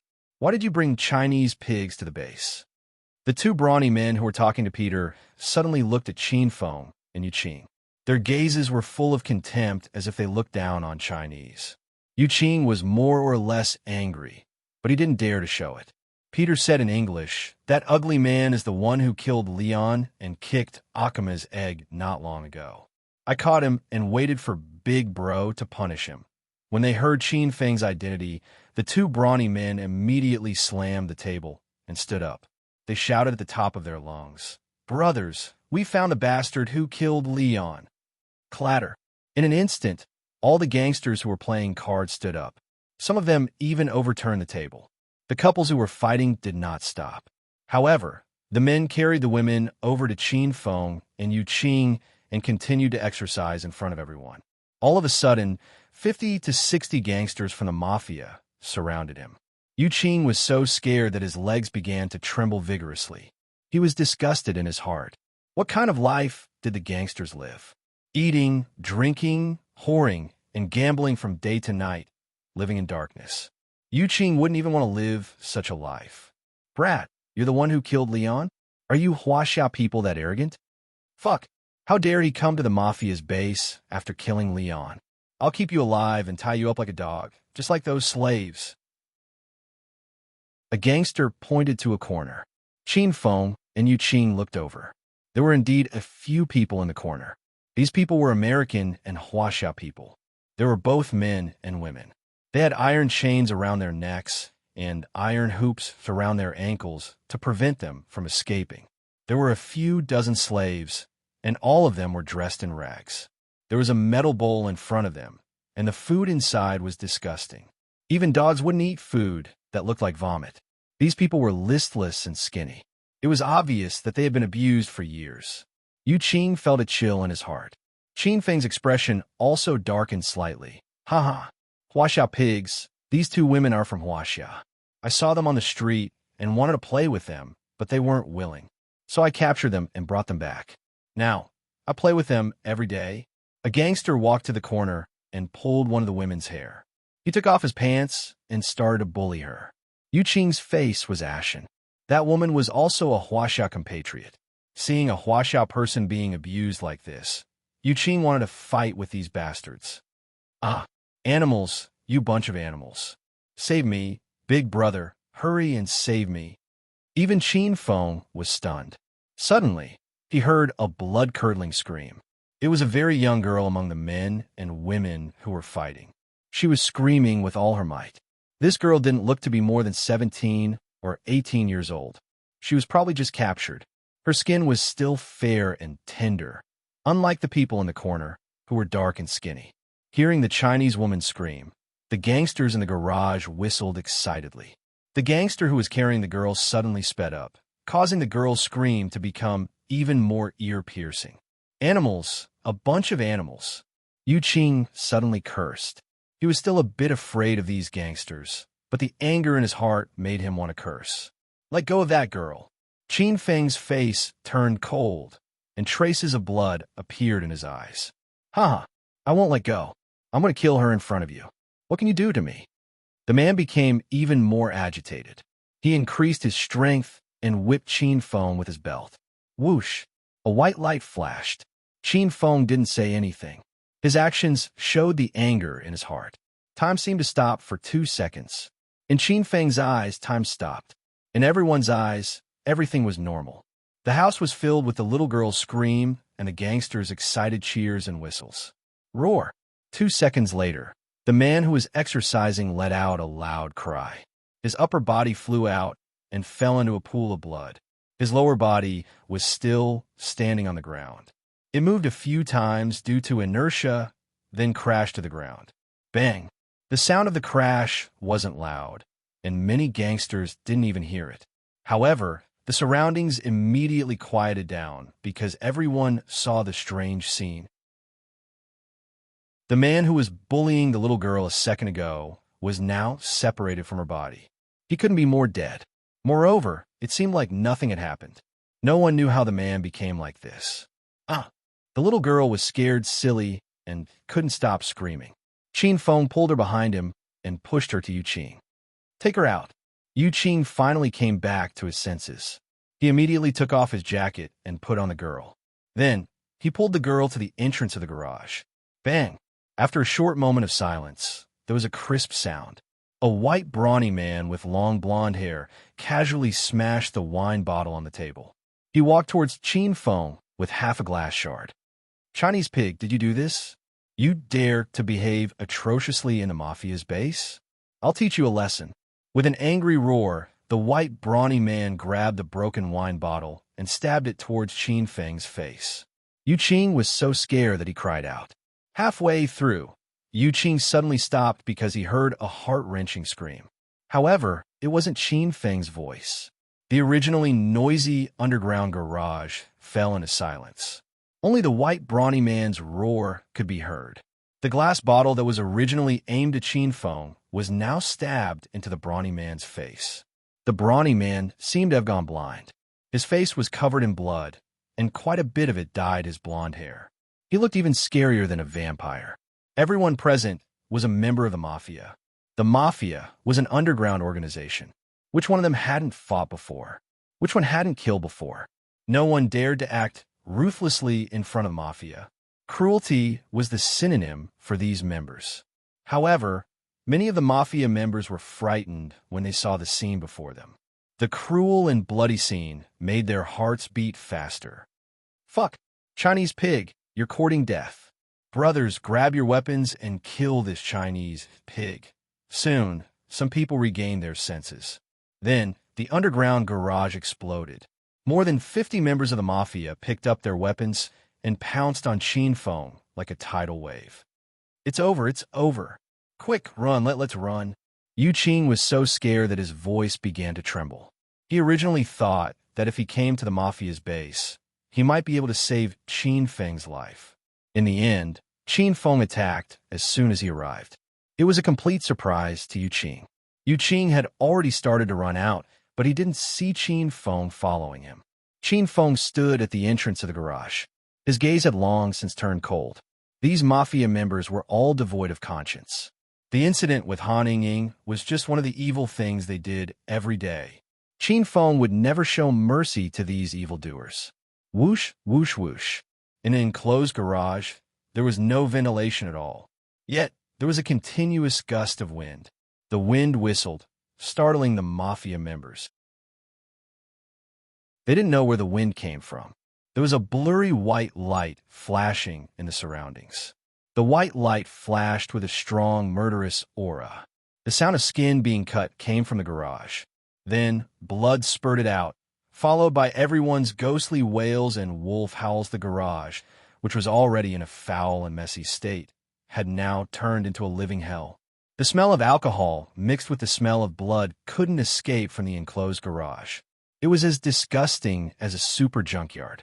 More than 50 mafia hoodlums were enough to destroy Chinatown. Their destructive power was unpredictable. But in front of Qin Feng, these people were like a group of babies who had just learned to crawl. They didn't even touch Qin Feng's body. They didn't have time to shoot, but they all fell to the ground one by one. What's going on? Yu Qing ran halfway, but he was still worried about Qin Feng. In the end, he ran back. But just as he turned the corner, Yu Qing was dumbstruck by the scene in front of him. There was no one standing in the garage. The arrogant and despotic hoodlums from before were all on the ground. Some are rolling in pools of blood and howling in pain. Some are motionless.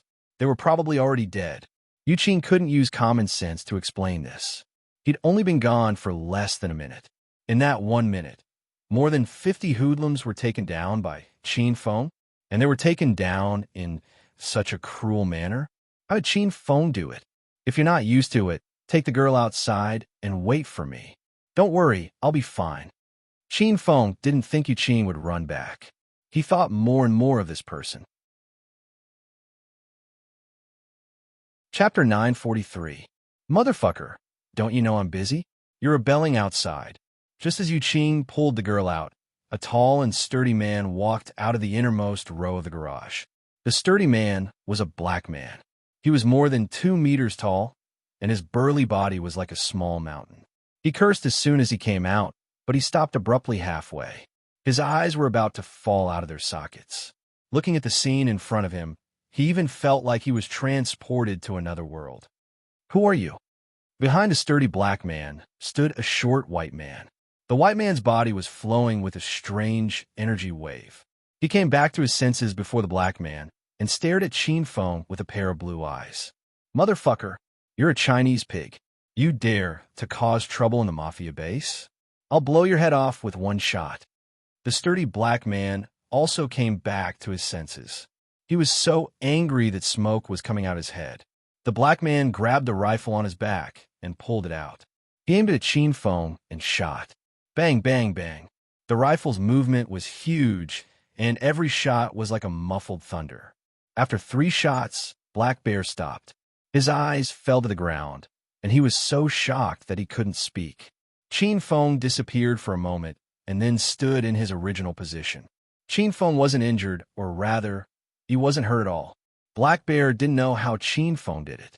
This Chinese pig could actually dodge bullets, and it was a rifle bullet. The white man standing behind Black Bear had a strange look in his eyes. No one knew what he was thinking.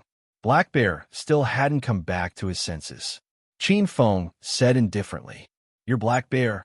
I'm a mafia boss, Black Bear. Who are you, brat? The sturdy black man looked arrogant and angry, but in reality, he was a bit scared. It's good that you're Black Bear. I'm here to send you off. After confirming Black Bear's identity, Qin Feng didn't waste any words. He casually clapped his hands, and a white light flashed. Black Bear didn't notice at all. He raised his rifle and wanted to shoot again. The short white man standing behind him suddenly changed his expression. He suddenly closed his index finger as if he was activating some kind of ability. Buzz! A strange energy wave rippled out in all directions, and a layer of ice appeared in front of the black bear. The wind blade fell on the layer of ice, and a crisp sound rang out. The ice was incomparably hard, and only a small scratch appeared. Bang! The black bear fired a shot, and the rifle bullet hit the ice. The mark left behind was not much different from the wind blade. Lord William Hill, WH, what happened to you? When Black Bear saw the layer of ice in front of him, he immediately realized that something was wrong. He looked at William Hill in surprise. The layer of ice was still in front of the two of them. Chin Fong couldn't see the two of them clearly because of the wall of ice. William Hill's cold voice came from behind the layer of ice. Who are you? Why did you come to the Mafia base? Chin Fong was stunned for a moment. He realized that William Hill was actually an ice-type mutant. Moreover, from William Hill's name, this guy was obviously from the William family. One of the main reasons Chin Fong came to America to film this time was to complete the mission Stop the William family's plan. Not long ago, Chin Fong upgraded the Hero Alliance, but he couldn't get in touch with Li Xingtian. Chin Fong didn't know what went wrong. Now that he had coincidentally met a member of the William family, Chin Feng's mind moved closer to the mission. Who are you? How can you create ice out of thin air? Chin Fong pretended to be ignorant and asked William Hill. Black Bear came to his senses and laughed proudly. Haha, Chinese pig. You must be a Chinese ancient martial artist. But that's useless. Don't think you're great just because you've learned some martial arts. The Mafia isn't as simple as you think. The person beside me is from the William family in America. The Mafia has long submitted to the William family. They can kill you in minutes. Black Bear was so agitated that he blurted out everything. William Hill glared at Black Bear, and he was so scared that he immediately covered his mouth and kept quiet. William family in America? I've never heard of it. Is a powerful family? Chin Fong continued to play dumb. Black Bear didn't dare to speak anymore. This time, William Hill spoke. Don't ask if you don't know. You won't have a chance to find out anyway. Since you're here to die, I'll fulfill your wish. Fortunately, Black Bear and William Hill could speak some Chinese. Otherwise, Chin Fong would have to ask Yu Qing to translate for him. Whoosh! As soon as William Hill finished speaking, a wind-breaking sound came from the air. It didn't sound like wind breaking. It was as if the air had solidified. An ice spike that was dozens of meters long extended from William Hill's hand to Chin Fong. In the blink of an eye, it was about to pierce Chin Feng's heart. William Hill's eyes gleamed with amusement. He could almost see the scene of Chin Feng's heart being pierced through. Rumble. Suddenly, a ball of flame appeared and instantly melted the ice spike in front of Chin Feng. Fire and ice had never been able to coexist. However, when the fire of destruction encountered the ice thorns, it was as if it had encountered a fuse. It quickly shot toward Black Bear and William Hill before hitting the ice wall in front of them. Bang! A loud noise reverberated. The sturdy ice wall instantly shattered, and the Black Bear flew directly to the door behind it. Its bones were about to fall apart. William Hill's reaction was faster, and he leaped to avoid the fireball that was flying towards him. After he steadied himself, William Hill's eyes shone with astonishment. He started to size up Chin Feng again. The disdain in his eyes was nowhere to be seen. After a long time, William Hill asked in astonishment, "Why, you're also a mutant?" Chin Feng ignored William Hill. He looked at Yu Qing and the little girl who were standing at the door and said, "President Yu, please release those slaves." Yu Qing was still in a daze. What he saw today completely shattered his decades of knowledge and common sense. Yu Qing knew that Chin Feng was very powerful and could take someone's life with a wave of his hand, but he never imagined that Chin Feng could shoot out a fireball with just a lift of his hand. And that guy named William Hill, he could actually condense ice? What kind of weird people are they? Oh. Yu Qing couldn't understand these strange things no matter how hard he racked his brain. He nodded dumbly and asked the little girl to stay at the door while Yu Qing ran to the corner of the wall to rescue the slaves. Cough, cough. Lord William Hill, no, we can't let those people go. Black Bear was lying in a pool of blood and coughing nonstop. William Hill glared at Black Bear and ignored Yu Qing's behavior. At this moment, William Hill's heart was filled with shock and fear. Mutants were divided into different levels. The higher the level, the more powerful the mutant's ability. To put it simply, the ice released by a rank 4 ice mutant was much stronger than a rank 3 ice mutant. William Hill was now a rank 4 ice mutant. His ice was easily destroyed by the fireball released by the Chinese man. William Hill could roughly guess that Qin Feng was at least a rank 5 fire mutant. Even in the huge William family, a level 5 arcanist was a rare existence.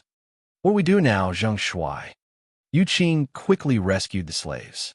These people had been tortured to the point that their nerves had gone haywire. They were all smiling at Qin Feng like idiots. The situation had changed completely beyond Yu Qing's expectation. He brought Qin Feng here to plead for mercy, but he found out that Qin Feng was here to cause trouble. The arrogant mafia boss Black Bear was nothing in Qin Feng's eyes. Yu Qing believed that if Qin Feng was not willing, Black Bear would die at any moment. Wait outside with them for a while, Qin Feng said. Yu Qing was now completely obedient to Qin Feng. Whatever Qin Feng said, he would do. Yu Qing hurriedly brought the group of people to stay at the entrance of the garage, not daring to go anywhere. Qin Feng had already walked towards William Hill. William Hill was so scared that his legs were trembling. What do you want? It's just a misunderstanding between us. You don't do anything stupid. I can recommend you to the William family in America. You will be nurtured heavily. William Hill knew that he was no match for this Chinese man. He did not want to fight anymore. All he wanted now was to reconcile with Qin Feng. Black Bear was stupefied by this scene. In Black Bear's heart, Lord William Hill was a godlike existence. He could release ice out of thin air and kill people with a wave of his hand. However, William Hill was pleading with the Chinese man in front of him. Even though he had seen it with his own eyes, Black Bear couldn't accept it. Qin Feng was a little excited, but his face was expressionless. What the hell is the William family? You want me to develop there? I don't even care about the mafia. Do you think I care about the William family? My Chinese friend, why you don't understand the power of the William family. The mafia is nothing. They have long been subdued by the William family. The William family has nurtured a large group of mutants. There are people with special abilities like you and me. With your current strength, if you join the William family, you won't have to worry for the rest of your life. William Hill took the initiative to tell Qin Feng about the William family. Qin Feng pretended to be moved, but he still refused. You are a dying man. Of course, you will say something nice. Anyway, I'm not familiar with America. I won't be able to tell if you are lying. Qin Feng was 1 meter away from William Hill. William Hill was getting more and more afraid. Even he did not know what to be afraid of. In short, Qin Feng's body emitted a strong aura. It was so strong that William Hill could not breathe. I didn't lie to you. That's right. Why your friend lives in America, right? Why, you can ask him. He must know about the William family. William Hill suddenly thought of Yu Qing. Black Bear was depressed to death. Lord William Hill was begging this Chinese pig to join the William family, and this Chinese pig looked like he despised the William family. Chapter 944. Qin Feng looked at the entrance of the garage. Yu Qing stood at the entrance with a group of rescued slaves. President Yu, do you know about the William family? Yu Qing was so shocked that he almost fell. The mafia was powerful enough in his eyes, but the William family was on a whole different level. It was an existence that he, Yu Qing, could never come into contact with normally. Why, yes, I know. They're very powerful. Yu Qing didn't know what words to use to describe the William family. In fact, he didn't know much about the William family either. Yu Qing had only heard about the William family from others. See, I didn't lie to you. If you come with me to the William family, I promise you'll have a more honorable identity and more powerful skills. I'll make you 10 times more powerful than you are now. William Hill heaved a sigh of relief. He was afraid that Yuqing would say, I don't know. Then William Hill would be scared to death. Qin Feng felt it was funny to see William Hill throwing out all kinds of bait to tempt him. Of course, Qin Feng wanted to infiltrate the William family. He was just whetting William Hill's appetite. So, the William family is indeed powerful. But you and Black Yak wanted to kill me just now. Why would I spare you? Qin Feng suddenly laughed coldly. This laughter was too terrifying. It was like the sound of death coming from the mouth of a demon from hell. William Hill trembled in fear. Black Bear was also trembling with anger. Chinese pig, you call me Black Yak? Do you want to die? I'm Black Bear. Black Bear wasn't afraid of Qin Feng, or rather, he wasn't as afraid of Qin Feng as William Hill was. Black Bear didn't know the power of ancient warriors and mutants. He knew Qin Feng could shoot fireballs, but Black Bear had a gun. He didn't believe that he couldn't hit Qin Feng. Bang, bang, bang, bang. As soon as Black Bear finished speaking, he started shooting crazily with the rifle in his hand. Black Bear emptied more than 10 bullets in a few breaths. At this moment, the rifle made clicking sounds as if it was empty. The rifle's power was so great that it exploded everywhere it hit. The underground garage, which was already filled with a foul stench of blood and smoke, was now filled with dust. Broken glass shards, wood shavings, and iron pieces fell all over the ground. It was difficult to see the surroundings clearly. Qin Feng disappeared. From the moment He Xiong fired the first shot, Qin Feng had disappeared. Yuqing and the others stood at the corner of the door. Everyone was so scared that their hearts raced. They didn't know if Qin Feng was dead or alive. Everyone hoped that Qin Feng was alive. He was the hero in everyone's hearts. The garage was silent. William Hill and the big Black Bear did not speak. William Hill was scared out of his wits. He gritted his teeth and glared at Black Bear, wishing he could slap this idiot to death. Black Bear also realized the serious consequences. He realized that he seemed to have underestimated the strength of that Huaxia pig. Xiao! The wind howled. With a flash of white light, Black Bear's hand on the trigger fell to the ground. It was so fast that Black Bear didn't even have time to react. He didn't feel any pain and subconsciously looked at his right hand. There was an empty space below his arm. His palm and half of his arm were gone. Black Bear was so scared that his heart stopped beating. Roar! 2 seconds later, the Black Bear's heart-wrenching scream rang out from the garage. William Hill broke out in a cold sweat. This time, even he didn't notice the white light. He didn't know how Qin Feng had attacked. This Chinese man was too strange. Even a paranormal like William Hill was afraid of Qin Feng. Whoosh! The sound of air freezing exploded. It was William Hill who had regained his senses. He activated his special ability as soon as he regained his senses. However, it was not to attack Qin Feng. The ice spike pierced through Black Bear's head. Black Bear, who was screaming in pain, fell to the ground. The garage fell into silence again. Yuqing couldn't help but scream. Before today, the Mafia was an untouchable existence in Yuqing's eyes. But in just a few minutes, Yuqing's worldview had been turned upside down. Yuqing realized that the Mafia was nothing more than this. The big brother of the Mafia, Black Bear, was just a lackey. This demon who could summon the wind and summon the rain in the eyes of ordinary people was just an ant in the eyes of Qin Feng and the others. Black Bear died just like that. The big brother of the Mafia was no longer breathing. It seemed like the entire Mafia was going to be destroyed by Qin Feng alone. The organization that had dominated the American underworld for decades collapsed in an instant. Everything happened too fast. It was beyond Yuqing's scope of acceptance. Not only him, but the girl who was bullied earlier also screamed. The dozens of slaves who were abused screamed with different emotions. What do you mean? Qin Feng looked at William Hill coldly. William Hill was shocked. He didn't understand what Qin Feng meant. What else could William Hill mean? He had killed Black Bear. Obviously, he wanted to flatter Qin Feng and improve the relationship between him and Qin Feng. However, Qin Feng didn't seem to be satisfied with this method. My Chinese friend, that big Black Yak is blind. This kind of person deserves to die. William Hill looked at Qin Feng with a face full of smiles. Qin Feng curled his lips. Of course he's going to die, but it depends on how he dies. I was going to hack him into 1,000 pieces and then throw him under the sun to die. You killed him so easily. Who do you think I should torture? A cold smile flashed in Qin Feng's eyes. William Hill was so scared that tears came out of his eyes.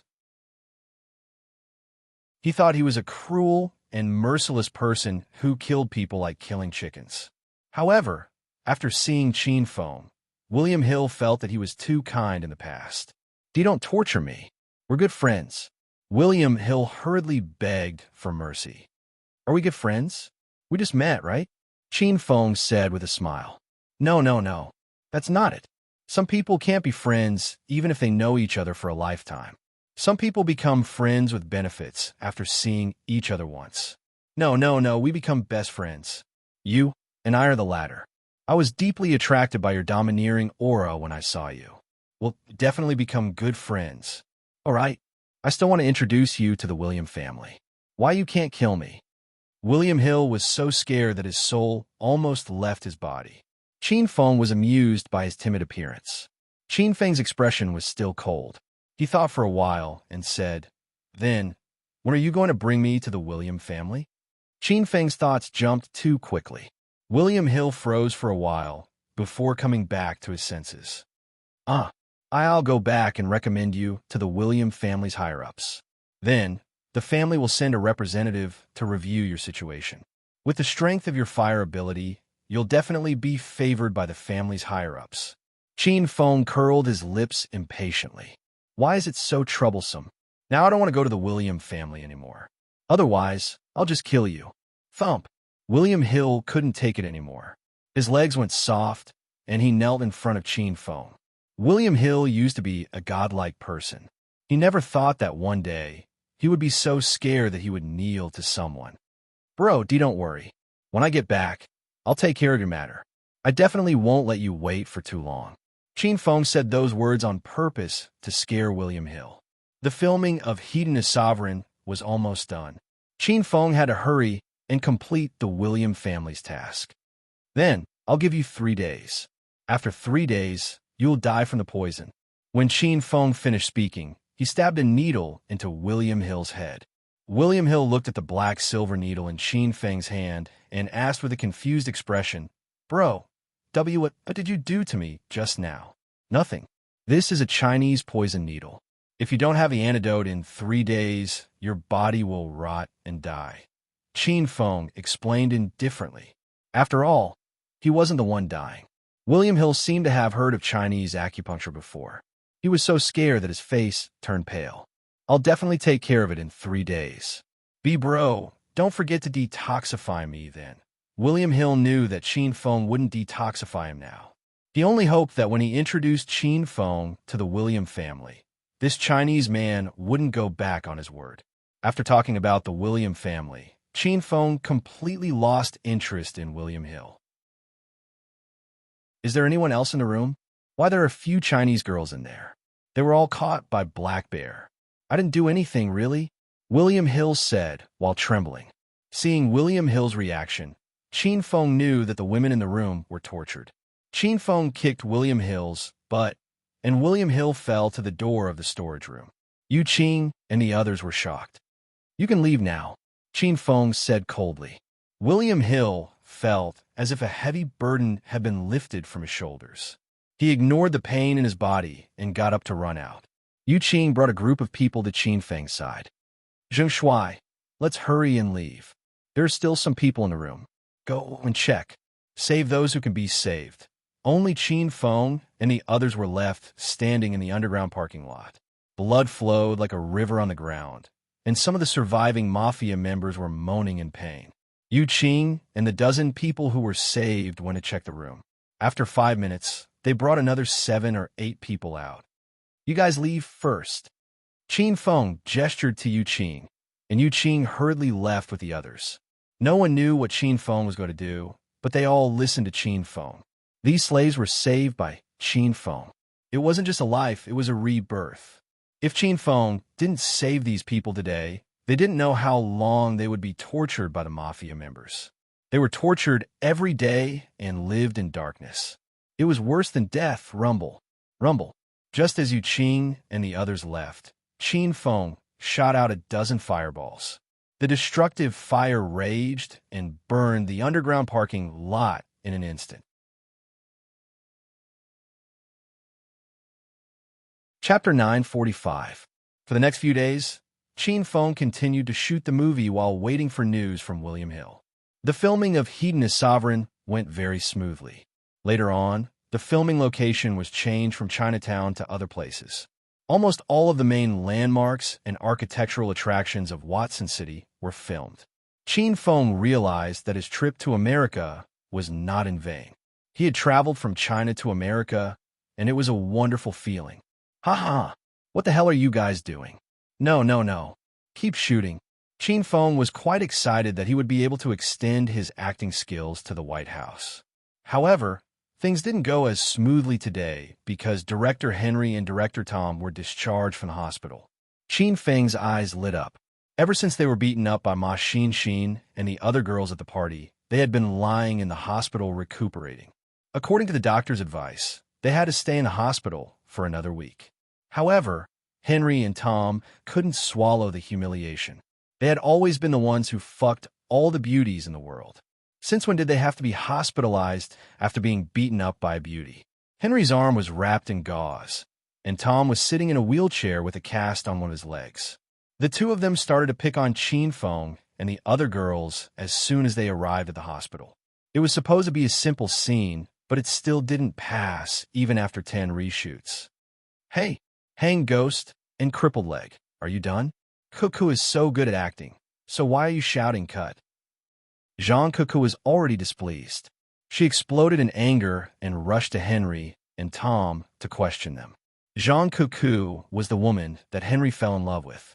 However, after experiencing Jean Cuckoo's sexy side, Henry felt that he was blind. You're good at acting? Even a random person from the streets can act better than you. Anyway, it's just that. Continue filming.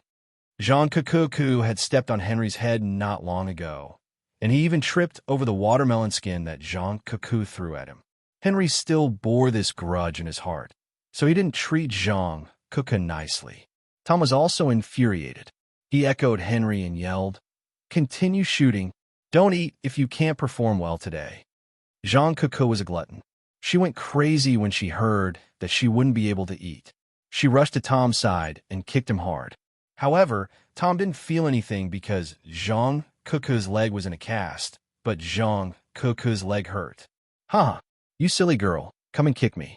Kick me a few more times." Tom was stunned at first, but then he burst into laughter. Jean Kiki was furious. She lifted her foot and kicked again. This time, she stepped on Tom's other leg. The pain made Tom sweat profusely. "Ow, you dare to kick me? Why, you can stop acting. I'm going to disqualify you." Tom glared at Jean Cuckoo and roared. Jean Cuckoo was not afraid at all. Instead, she shouted, "Why should I be disqualified? You're the one who asked me to kick you, okay? I haven't asked you for the fee yet. Hurry up. Give me 100,000 yuan for the fee." Tom almost fainted from anger when he saw Jean Cuckoo's outstretched hand. "You kicked me and still want to pay for it? Why don't you just die?" However, Tom's mouth opened and closed for a long time, but he couldn't squeeze out a word. He recalled that he was right. He was the one who asked that silly woman to kick him. After Jean Cuckoo messed around for a while, Qin Feng walked over with the girls and said, "Let's go back for dinner. We're not shooting today." "Wow, that's great. Big brother Zheng Shuai knows me the best. Let's go back to the hotel." Jean Cuckoo was so excited that she danced with joy. Then, she followed Qin Feng and the others back to the hotel. Henry and Tom gnashed their teeth in anger. They threatened to replace Qin Feng as the first male lead and demanded to cancel the filming of Hedonist Sovereign for the next few days. However, Qin Feng did not even turn to look at them. It was as if he could not hear them at all. After Qin Feng and the others left, the staff of Hong Kong's House of Millions Media also left. After staying in America for a few days, they had become familiar with each other. They treated each other like good friends. Therefore, the staff naturally sided with Qin Feng and the others. Director, are you going back as well? What's the meaning of this? Henry was so angry that his nose became crooked when he saw the staff of Hong Kong's film producer was leaving. Director Henry, don't forget that this movie is funded by Hong Kong's House of Millions Media. We're only cooperating with you for the convenience of filming. If you dare to anger our actors again, I'll cancel our cooperation. The Hong Kong director didn't even turn his head as he threw down his threat and left. Only Henry and Tom and the others were left in the noisy atmosphere. They were so angry that smoke could be seen coming out of their heads. A bunch of country bumpkins. What's there to be proud of? We wouldn't want such a lousy movie even if we gave it to America's film group for free. Yet, they treat it like a treasure. Sigh, China's film industry is really backward. Henry and Tom began to look down on Qin Feng and the others. They tried to vent their anger by mocking them. After they complained for a while, the staff of Film Group said, Director Henry, our company has bought the rights to the simultaneous screening of this movie in America not long ago. What the fuck? Are you crazy? Who the fuck told you to buy the rights? Henry jumped in fright. If not for Tom's broken leg, he would have jumped in fright as well. Director, we didn't buy the rights. It's the boss of our company who wanted this movie, the staff said. Henry and Tom's expression changed. They didn't dare to say anything else. Actually, the filming of Hedonist Sovereign is not bad. The theme is novel, and the filming method is unique. I believe the box office will soar after it's screened. Henry and Tom changed their attitude. Even their colleagues were speechless. The staff of Film and Television also left. Now, only Tom and Henry were left in the room. Fuck, the boss has been eating too much shit recently. How could he buy the rights to Hedonist Sovereign? Tom couldn't help but complain after everyone left. Henry also felt that the boss had been eating too much shit. However, he didn't put much thought into it. Not long ago, Qin Feng and the girls had set them up. Henry had to find a way to take revenge. Tom, let's not talk about other things. Let's find some people and beat that Brad Zheng Shuai up. Henry went straight to the point. Tom thought for a while. Suddenly, he slapped his wheelchair and wanted to stand up. However, he found that he couldn't stand because of his broken leg. However, this didn't affect his excitement. I know a powerful person. He can definitely teach Zheng Shuai a lesson. What powerful person? He can't be an ordinary hooligan, right? That kind of person is useless. I heard that during the few days we were hospitalized, Zheng Shuai shot a scene and offended the mafia. At that time, dozens of gangsters from the mafia came, but they were all beaten away by that brat. Henry said. Tom also heard about this, so he naturally thought that the person was not an ordinary person. Don't worry about that. My big brother is from the William family. He's different from ordinary people. He has superpowers. Once he heard about the William family, Henry's expression became respectful. This showed that the William family was indeed very powerful in America. Really? I heard that all members of the William family have superpowers. What's your friend's superpower? I don't know the specifics. It's a secret of the William family. I don't dare to ask. Tom's expression also became very respectful. Then, is he willing to help us? How's your relationship? Henry was a little excited. If the William family was willing to help them, then it would be a matter of minutes to take care of Zheng Shuai. You should be able to. You should know that men can't resist the temptation of money and beauty.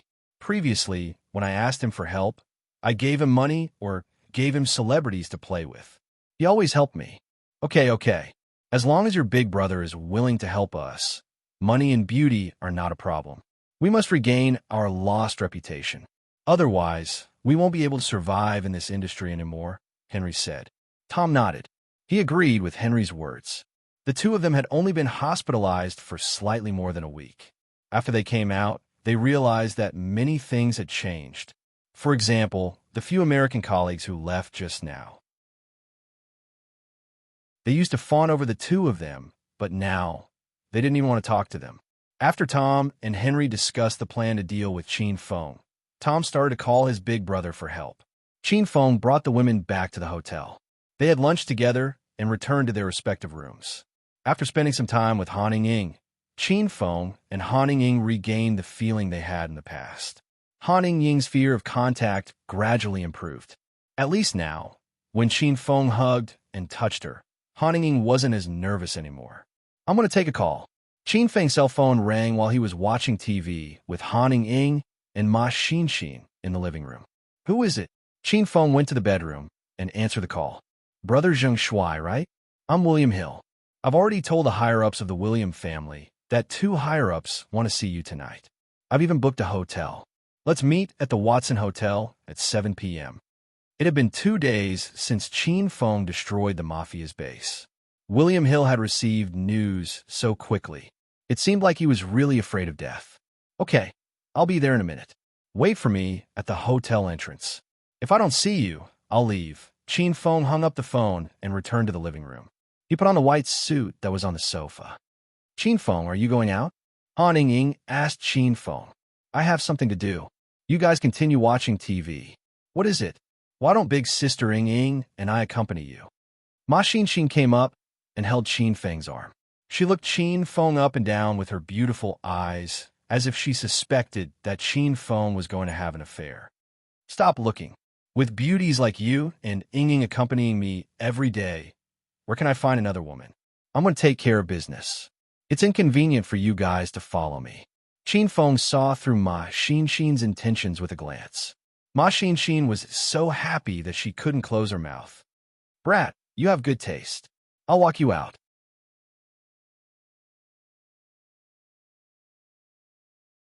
Chapter 946. Watson Hotel. This was a very high-class and unique hotel. Usually, it only served American high-ranking officials and nobles. If you had money but no status, you wouldn't be able to eat there. Qin Feng called a taxi and rushed over. Just as he got out of the car, he saw William Hill looking left and right at the entrance of the hotel. Brother Zheng Shuai, tea this way. William Hill quickly saw Qin Feng and walked over excitedly. No need to be so polite when not that close. Take me in to see the higher-ups of the William family. Qin Feng didn't have a good impression of William Hill, so he didn't waste words with him. William Hill hesitated and didn't walk into the hotel. It seemed like he had something to say. Qin Feng glanced at William Hill's face. This guy used to be a pretty boy with smooth and exquisite skin that was better than a woman's. Now, his face was black, his lips were purple, and there were many pimples on his face. It was obvious that he was heavily poisoned. What's wrong? Hurry up and lead the way. Qin Feng acted like he didn't see the change in William Hill's face and yelled at him coldly. William Hill was extremely sullen. Seeing that Qin Feng was playing dumb and didn't mention the antidote, he could only say it himself. Brother Zheng Shuai, why you see that I'm trying so hard to get you to meet the higher-ups of the William family? Shouldn't you help me detoxify the poison? Qin Feng looked at William Hill with confusion and said seriously, Detoxify the poison? What poison? William Hill was so angry that he almost fell. He had asked around these 2 days and knew that Zheng Shuai was an actor. This person was fucking born to be an actor. He acted like a real person. Brother Zheng Shuai, did you forget? 2 days ago at the Mafia base, you pricked me with a poisonous needle. Qin Feng looked like he had a sudden realization and said, Oh, now that you mention it, I remember. It's my fault for pricking too many people and forgetting many things. I also forgot about you. Today, I didn't even bring the silver needles to detoxify the poison. Let's wait for next time. Qin Feng had an indifferent attitude, but William Hill was scared to tears. Didn't the poison needles have to be detoxified within 3 days? If I die next time, how the hell would I detoxify the poison? How about Brother Zheng Shuai go back and get the silver needles? I could drive you myself. No matter what, William Hill had to detoxify himself today. Otherwise, he wouldn't feel at ease. Don't worry. The poison will only take effect after 7 days. It's only the 2nd day. What are you afraid of? I'm not afraid at all, Qin Feng said with a wave of his hand. William Hill rolled his eyes and almost kicked Qin Feng. Is it 7 days? Didn't you say 3 days? Oh, did I say 3 days? How could it be so fast? My poison needles usually take effect in 7 days. You must have remembered wrongly. William Hill was sure that he remembered correctly, because this was a matter of life and death. Very soon, William Hill understood that he had been tricked by Zheng Shuai. William Hill was very angry, but he didn't dare to show it. He still hadn't detoxified the poison, and he didn't believe Qin Feng's nonsense. Even though Qin Feng said that the poison would only take 7 days, maybe after this meal, Qin Feng would change his words and say that it would still take 3 days. Brother Zheng Shuai, since the poison will only take effect after 7 days, I'm not in a hurry. I can't delay your important business today. Let me bring you in now. William Hill smiled and tried to please Qin Feng. Qin Feng waved his hand, and the two of them walked into the hotel. Halfway through, Qin Feng's cell phone rang. William Hill tactfully retreated to the side. Qin Feng looked at his cell phone. It was an unknown number. Who is this? Is this Zheng Shuai? I'm Director Tom. The caller was Tom. This was out of Qin Feng's expectation. Oh, it's Crippled Leg. Why are you looking for me? Qin Feng used Zhang Kuku's nickname for Tom. She felt that Zhang Kuku's ability to come up with nicknames was on par with hers. The other side of the phone was silent for a while. Perhaps Tom was trying to guess who Crippled Leg was. After a while, Tom's voice became high-pitched.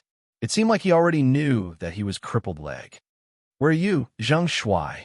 It seems like the conflict between us hasn't been resolved yet. I'm at the Watson Hotel. Come over. Henry and I have a table. Let's have a drink and resolve the misunderstanding between us. Is Hanged Ghost with you as well? Watson Hotel? I'm right here. Qin Feng was puzzled. Why would Henry ask him to meet at the Watson Hotel? Could it be a coincidence? Zheng Shuai, I'm here as well. Wait for me at the Watson Hotel. We'll be there soon. Henry's angry voice came from the other side of the phone. It seemed like he didn't like the nickname Hanged Ghost. Qin Feng hung up the phone. He didn't care about Henry and Tom at all. They were just ordinary people. Qin Feng wasn't interested in them. Brother Zheng Shuai, are you done with your fight? William Hill returned. Lead the way, Qin Feng said indifferently. The Watson Hotel was lavishly decorated. It was even more unique than the Star Hotel that Qin Feng was staying in. William Hill led Qin Feng through 2 corridors and arrived at a private room. The room was spacious. It was a suite for dining. There were all sorts of delicacies on the dining table, but there was no one there. 2 men were chatting on the sofa in the lounge. Cousin Professor Mike, this is Zheng Shuai. William Hill had already walked in front of the old man and the young man. He respectfully greeted the both of them. Prince William and Professor Mike were sizing Qin Feng up. Qin Feng was also sizing them up. He was speechless when he saw them. You are Zheng Shuai. I heard from my cousin that you can use the flame ability. Prince William was dressed in a white suit. With his golden hair and well-defined facial features, he was as handsome as a prince on a white horse from a fairy tale. Qin Feng realized that Prince William's Chinese was getting better and better. At least, Qin Feng didn't feel like laughing when he heard Prince William speak. That's right. I can control flames, Qin Feng said calmly. Prince William suddenly raised his hand. A strange energy wave rippled in the air. The air seemed to solidify. In the blink of an ice spike flew toward Qin Feng's chest. Rumble. Before the icicle could touch Qin Feng's body, a fireball flew past him. The fireball was so huge that it looked like a burning sun. The icicle instantly melted, and the fireball continued to fly. It looked like Prince William was going to be engulfed by it. Buzz. Professor Mike was shocked. He didn't even have the time to speak. He immediately activated his space ability. An even more ferocious energy wave surged. Prince William suddenly disappeared. The fireball hit the wall and created a big hole. Prince William fell to the ground, but he had already run to another gym more than 10 meters away. What are you trying to do? Professor Mike didn't even have time to look at Prince William. In a flash, he stood at the exit of the room and stared at Qin Feng with his old eyes. Qin Feng didn't want to do anything. He just wanted to take the opportunity to beat up Prince William. He didn't expect Professor Mike to react so quickly and save Prince William. I want to ask you, what are you trying to do? Qin Feng met Professor Mike's gaze fearlessly. Prince William ran back. When he looked at Qin Feng, there was a trace of anger in his eyes. You wanted to kill me just now? That's right, because you wanted to kill me too. Qin Feng didn't hide anything. He felt that he could only deceive the two if he was honest. The atmosphere froze. William Hill was so scared that he didn't know what to do. He would never have thought that Zheng Shuai would fight with the two higher-ups as soon as he entered the room. William Hill, are these the higher-ups you were talking about? I'm very dissatisfied with their attitude. I've decided not to join the William family. Qin Feng suddenly turned to leave, but Professor Mike blocked the door. Prince William and Professor Mike had calmed down. After they brought Li Xingtian back from Provincial Capital University, they had been frantically raising their abilities. Back then, Prince William was only a rank 3 ice ability user. Now he had broken through to rank 4 ice ability user. Professor Mike was even more powerful. From a rank 4 spatial ability user, he had broken through to a rare rank 5 spatial ability user. Both of them had seen Qin Feng's flames. The flames could melt Prince William's ice in an instant. This meant that Qin Feng was at least a rank 5 fire ability user. Prince William and Professor Mike didn't want to miss such a powerful ability user. Little friend Zheng Shuai, don't be angry. It was all a misunderstanding, Professor Mike said. Prince William also walked over. He lowered his stance and said, "Since this is the first time we met, I wanted to test your ability. I have no intention of killing you. It was just a test." Prince William and Professor Mike lowered their stance. Qin Feng curled his lips and said, "There are many ways to test me. You could have just let me release my fire ability. Why did you have to attack me all of a sudden? How can I join the William family with peace of mind under such circumstances? When I join your family, it will be filled with your people. Won't you join forces to bully me? Don't tell me you saw that I have a fire ability and want to capture me to burn the boiler?" Prince William and Professor Mike's mouths twitched. Both of them really admired Qin Feng's imagination. William Hill couldn't help but want to laugh. However, he didn't dare to. He held it in until his neck turned red. "Then what do you want? Professor Mike and I have already expressed our apologies. You can't only vent your anger after we beat William Hill up, right?" Qin Feng and William Hill were stunned when they heard Prince William's words. Qin Feng didn't expect Prince William to be so shameless. He was practically on par with him. William Hill's smile disappeared instantly. He was depressed. Why did he have to beat him up?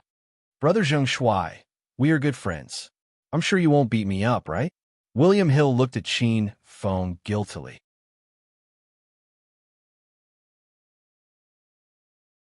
Chapter 947. William Hill was depressed, very depressed. His name was Hill, but Qin Feng called him shit. Worse still, he was beaten up by Prince William for no reason. William Hill stood at the side with a swollen face. He did not dare to express his anger. Prince William was sweating profusely. He took off his suit jacket and threw it aside. "Are you satisfied now, Zheng Shuai?" Prince William looked at Qin Feng angrily. "What's there to be satisfied about? You were the one who wanted to beat shit. It has nothing to do with me." Qin Feng's words infuriated Prince William and William Hill. Prince William was too lazy to talk nonsense with Qin Feng. He went straight to the point. "Professor Mike and I have seen your fire ability. It's very good. The William family needs a talent like you. You can join us and follow us back to the family for further training and nurturing." When it came to business, Professor Mike and the other two stared straight at Qin Feng, waiting for Qin Feng's final decision. The room was silent. Suddenly, Qin Feng's phone rang. Then, Henry's voice came from outside the door. "Is that bastard here or not?" "I don't see him," Tom said from his wheelchair. "If he dares to lie to us, I'll ask Big Brother Hill to go to the Star Hotel and kill Zheng Shuai. Yes, this bastard is a thorn in our side. We must get rid of him," Henry agreed as he pushed Tom. "All right, this bastard hasn't answered the phone. Let's go in and greet Big Brother Hill. It seems like a few of his friends are here. We must be respectful." Tom hung up the phone. "Don't worry. Big Brother Hill is a member of the William family. We can't afford to offend him." Henry nodded like a chick pecking at grains. After a while, Henry pushed Tom into the room. Then, Henry and Tom were shocked. They had just called Zheng Shuai, only to find that Zheng Shuai was standing in the room. Big Brother Hill, what's going on?" Tom was confused. He was in a daze. Prince William and Professor Mike were on tenterhooks at such a critical moment. Two people suddenly came in. One had a bandage around his neck, and the other had a cast on his leg. This made Prince William very unhappy. "William Hill, what are you doing?" Prince William roared at William Hill. William Hill was so scared that his legs were trembling. He had indeed asked Tom to come. He had originally wanted Tom to arrange a few celebrities to please Prince William and Professor Mike at night. Who would have thought that the two of them would come at such a bad time? Moreover, everyone had clearly heard the conversation between Tom and Henry in the corridor just now. The two of them seemed to have mentioned Zheng Shuai and want to take revenge on him. Were they stupid? "Tom, take your friend out first." William Hill gave Tom a wink. Tom had long noticed that the atmosphere in the room was not right. He couldn't figure out why Zheng Shuai was here, but Tom was not in the mood to guess. He quickly gave Henry a look, and Henry immediately pushed the card out. "Wait, isn't this Director Tom and Director Henry? You called me to have dinner at the hotel. Why didn't you greet me?" Just as the two of them reached the door, Qin Feng's laughter sounded from behind them. To Tom and Henry, this laughter was even more terrifying than the voice of a demon. The two of them had no choice but to stop. They turned around and chuckled at Qin Feng.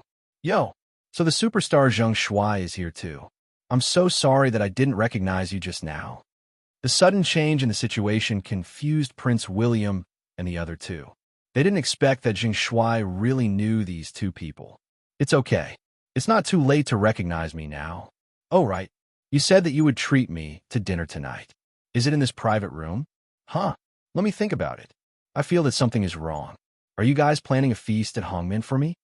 William Hill was almost scared to death by Qin Feng's words. He quickly stood up and explained, "Brother Zheng Shuai, we are not planning a feast at Hongmen. Prince William and Professor Mike are sincerely inviting you to join the William family." "Really? Then why did I hear Director Henry and Director Tom say that they wanted to kill me in the corridor?" "Oh, right. They seem to have invited you to deal with me." Qin Feng curled his lips. Henry and Tom were dumbfounded. They even thought that there was something wrong with their ears. What did Big Brother Hill just say? Those two people want to invite Zheng Shuai to join the William family? Based on what? Is it because Zheng Shuai is ugly enough? "Tom, you reckless brat. How dare you offend Brother Zheng Shuai?" William Hill was scared half to death. He rushed up and slapped Tom's mouth. Tom and his wheelchair flipped onto the ground. The wheelchair spun in the air, and Tom flew a few meters away. Because he broke a leg, he couldn't even get up. Henry still hadn't come back to his senses. He was so scared that his whole body trembled. He thought that he would be the next person to be sent flying, right? Just as this thought came to his mind, he felt a sharp pain on his face. William Hill didn't stop there. He rushed up and stomped on the two of them. He was afraid that if he went easy on them, Prince William would slap him again. Even if Prince William didn't slap him, Zheng Shuai would definitely slap him. "You two bastards. The person I'm going to take care of tonight isn't Brother Zheng Shuai, right? Do you know who Zheng Shuai is? He's William Hill's brother. I'm going to send you to hell." When William Hill hit people, he was quite ferocious. After a while, Tom and Henry passed out. The two of them lay on one side. They were dressed similarly and had similar builds. Looking at their pig faces, Qin Feng couldn't tell who was who. "Ha! Brother Zheng Shuai, I've really made a fool of myself. These two little bastards dare to cause trouble for you. I'll take care of them for you in minutes." After beating them, William Hill immediately put on a friendly smile and said good things to Qin Feng. Prince William and Professor Mike stood to the side with cold expressions. The two of them suppressed the anger in their hearts. "Zheng Shuai, I've explained things to Professor Mike. I hope you can consider it carefully. Not just anyone can join the William family. Once you join us, this world will belong to you." Prince William spoke in all seriousness. Qin Feng felt like he had entered a pyramid scheme. "Because too many things happened tonight, I can't decide whether to join or not in such a short time. How about this? Take me to the William family to have a look. If it's really as good as you say, of course I'm willing to join," Qin Feng said after some hesitation. Prince William glanced at Professor Mike. Seeing Professor Mike nod, he said to Qin Feng, "Okay, then let's go back now." You'll definitely be shocked by the William family's power. After they finished discussing, they left the hotel. Chin Feng and Prince William got into a car with Professor Mike. William Hill didn't follow.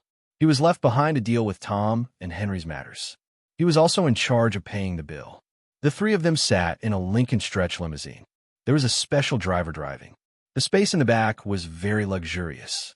There was delicious food on the table and red wine. There was also a wireless TV to watch. However, the windows around the car were sealed. Prince William must have closed them on purpose. Sitting in the car, one couldn't see the scenery outside at all. Therefore, one didn't know where the car was going and couldn't remember the location of the William family's base. These details showed the cautiousness of the William family. However, it was obviously not enough when used on Chin Feng. Chin Feng bought a talisman of clairvoyance from the system and activated the incantation. The sealed windows in front of him seemed to be non-existent. The bustling night scenery outside entered Chin Feng's eyes. Although Chin Feng could see through things, he wasn't familiar with the United States. He didn't know where the car was going, and he didn't know where they were going. However, Chin Feng remembered the landmarks around him and the road names on the road signs at every intersection.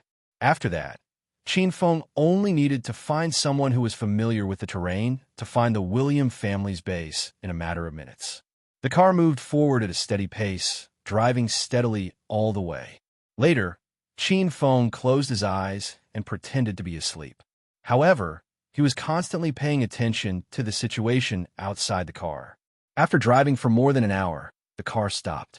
The surrounding environment became desolate. It was obvious that they had driven out of the bustling streets and were in the suburbs. Marshal Zheng, we have arrived. Prince William pushed Chin Feng's shoulder. Chin Feng slowly opened his eyes, stretched his body, and said, "Ah, have you arrived? Why is it so far? I thought I had returned to my country." Prince William and Professor Mike smiled faintly. The two of them were the first to get out of the car. Chin Feng followed behind them and looked at the castle in front of him. The castle occupied a vast area and was surrounded by protective walls. It looked somewhat similar to the appearance of Hero City. However, the buildings in the castle were very different. They were all ancient castles and houses in European style. At the entrance of the castle, there were several rows of guards in military uniforms patrolling back and forth. It was as if this was a military base. In fact, this was a military base. It was the base of the Iron Tank Corps of the United States. Prince William, Professor Mike. As soon as the two of them arrived at the bottom of the castle, the four soldiers guarding the gate greeted Prince William and Professor Mike. Prince William nodded at them and said, "The person behind is a mutant expert. Let him in." Okay. The few of them communicated in English. Since Chin Feng didn't have anyone to translate for him, he felt that it was necessary to buy an English skill book to learn.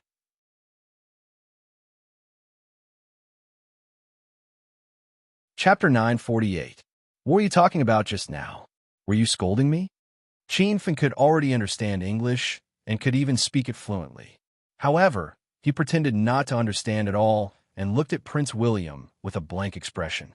Hee. Brother Zheng Shuai, you worry too much. Why will we scold you? Our William family values a talent like you very much. Prince William said nice things to Chin Feng in Mandarin. Just as he finished speaking, he said to Professor Mike in English, "This idiot doesn't understand English. We can communicate in English when we scold him." In the Watson Hotel, Prince William and Professor Mike were suppressing a bellyful of anger. Professor Mike nodded and said, "This kid is probably a level 5 fire esper. This kind of esper is rarely seen in the William family. If not for him being more powerful, I would have killed him long ago. This guy's dick is not big, but he has a big mouth." Prince William and Professor Mike ruthlessly scolded Chin Feng along the way. Chin Feng's mouth was about to become crooked. He was so agitated that he almost took off his pants. Chin Feng really wanted to compare himself with Professor Mike. "Look at how big my dick is." At the end of the scolding, Chin Feng simply closed his ears and pretended not to hear. Otherwise, he would definitely be angered to death. Chin Feng focused his attention on the surrounding buildings and environment. This castle was not only heavily guarded at the entrance, but the security inside the castle was even tighter. There were teams patrolling back and forth all around, and these guards were all soldiers in military uniforms. Qianfen had already begun to think that this could not be a military base, right?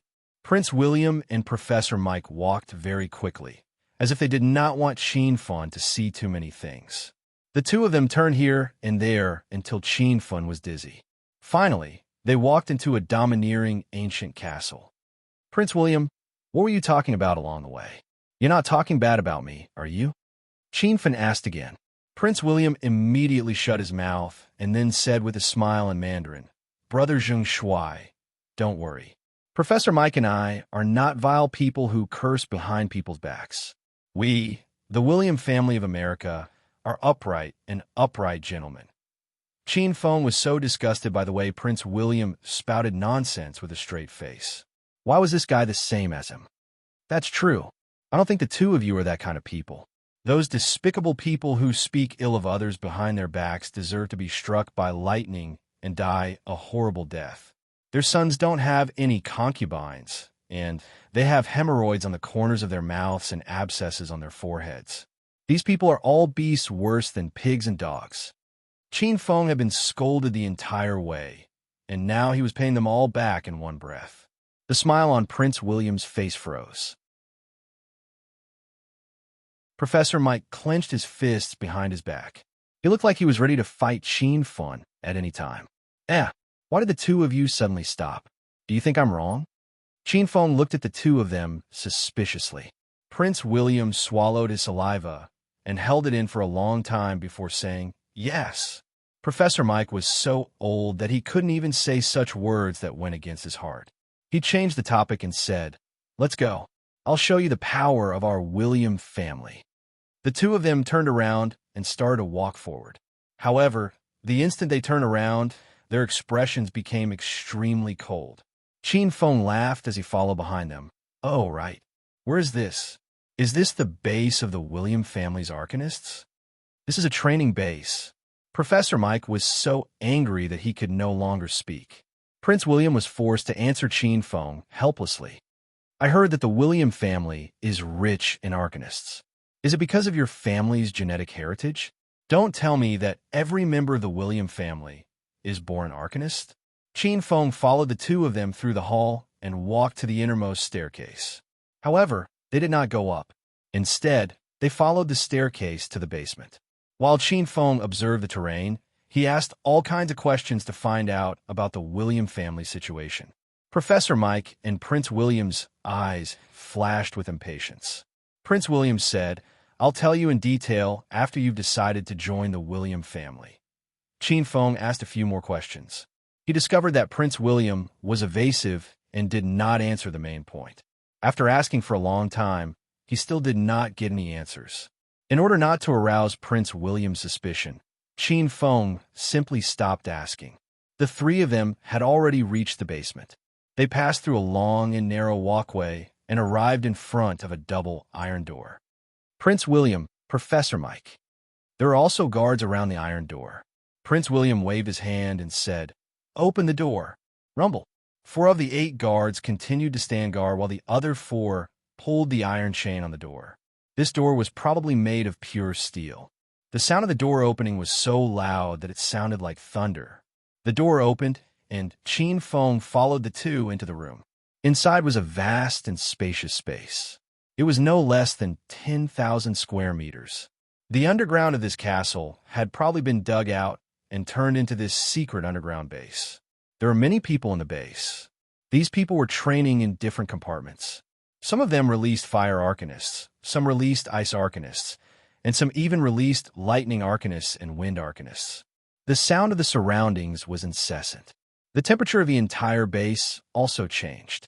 The temperature was extremely hot a few steps away, but after a few steps, it became a world of ice and snow. Qianfen was lost in thought. There were at least a few hundred metahumans training in this base of 10,000 square meters. The abilities of metahumans were strange. Qianfen had fought with Professor Mike and the others in Provincial Capital University. At that time, Qianfen already had a headache. Suddenly, There were a few hundred metahumans here. Qin Feng was speechless. It seemed like the mission to stop the William family's plan was not that simple. Prince William smiled proudly when he saw Qin Feng was lost in thought. He thought Qin Feng was shocked by the strength of the William family. Brother Zheng Shuai. This is one of the William family's metahuman training bases. Now you know how powerful the William family is. Qin Feng was stunned. This was one of the training bases for a few hundred metahumans. It seemed like the William family had a big plan. But what was this plan? Qin Feng did not know if he could stop this plan. That's right. I didn't expect the William family to be the base camp of metahumans.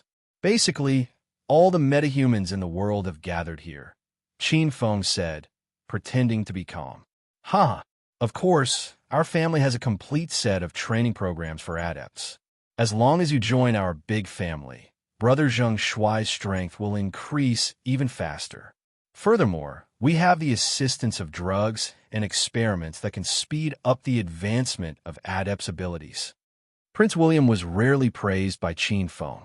He seemed to be on cloud nine and became more talkative.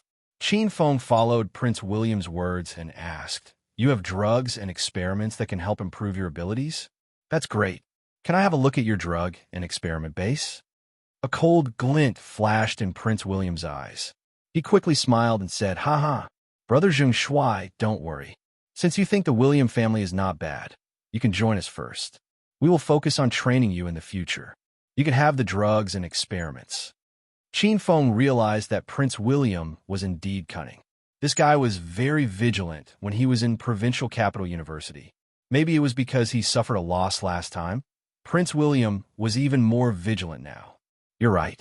What level is the most powerful metahuman in your family? I'm already a rank 5 fire ability user.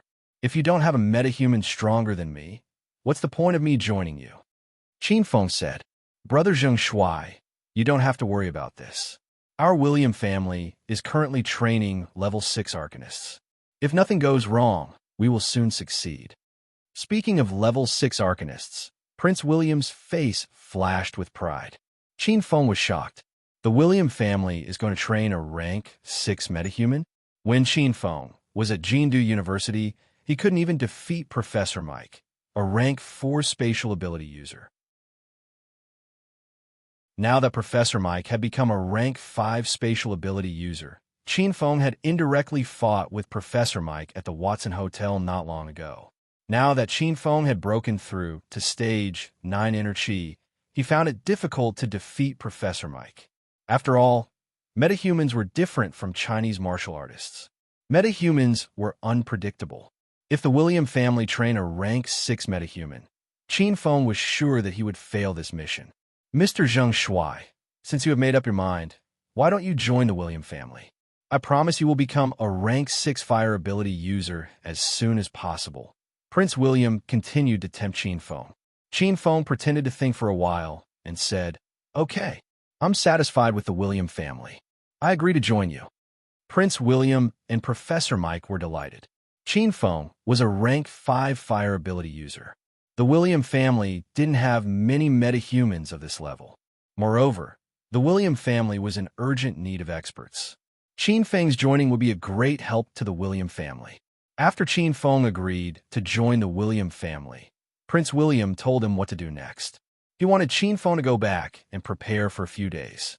After that, he would come to the base and undergo closed-door training. Qin Feng didn't care about what Prince William said and nodded in agreement. He secretly observed the metahumans in the underground base. Although there were many metahumans here, most of them were rank 1 and rank 2 metahumans. There were not many rank 3 metahumans and even fewer rank 4 metahumans. Qin Feng only saw 3 rank 5 metahumans, including Professor Mike.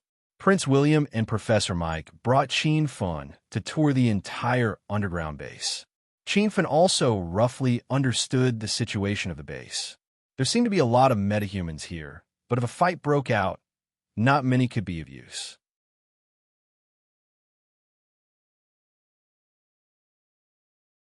Chapter 949. Brother Zheng Shuai, I've shown you around the special ability training base. It's getting late. Let me send you back, Prince William said. Okay, I'll go back and prepare. I'll come to this base in a few days, Qin Feng promised. The three of them walked out of the underground base and returned to the castle above. When they reached the castle gate, Qin Feng smiled and said, "Gentlemen, you don't have to send me back. I'll find a car myself." Qin Feng wanted to investigate the location of the base on his way back. Prince William quickly waved his hand and said, "Brother Zheng Shuai, you are now a member of the William family. There's no need to be polite with us. This place is quite far from the Star Hotel. Let me send you back." Qin Feng understood Prince William's intention. Seeing that Prince William insisted, Qin Feng did not refuse. He did not want to arouse suspicion. They bade each other farewell.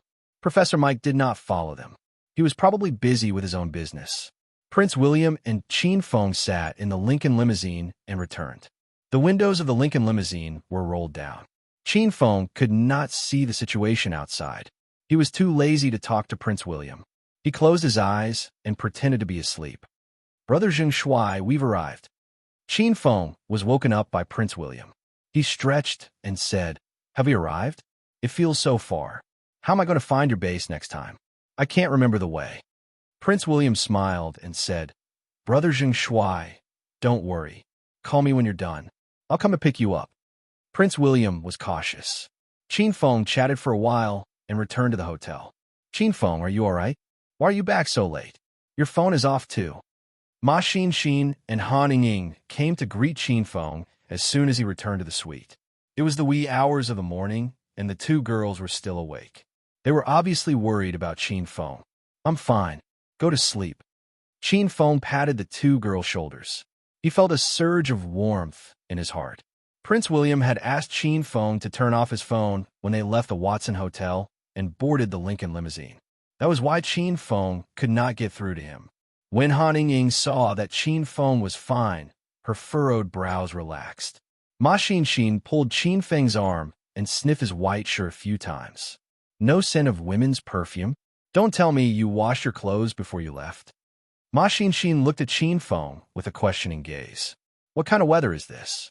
How can the clothes dry so quickly? Don't think too much and go to sleep." Qin Feng messed up Ma Xin's long hair.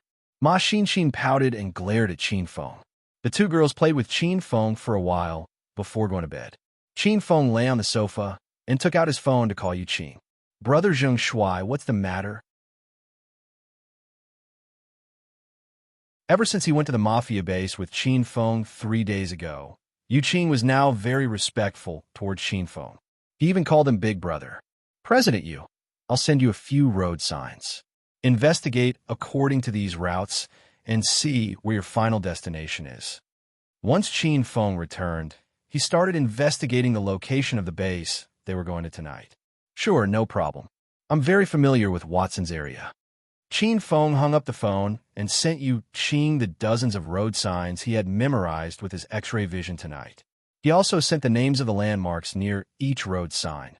Soon, Yu Qing's call came. "You found it. Brother Zheng Shuai, the information you provided is very detailed. It's easy to locate it. I've roughly confirmed the location. It's in the northwestern suburbs of Watson. However, that area is a little mysterious. Usually, no one goes there. I've asked a local friend about it. It's said that it's a military base and no one is allowed to go there." Qin Feng raised his brows. "Is it really a military base? Did you find out what military base it is?" Qin Feng asked. "It seems to be the base of the Iron Tank Corps." Yu Qing's voice suddenly trembled.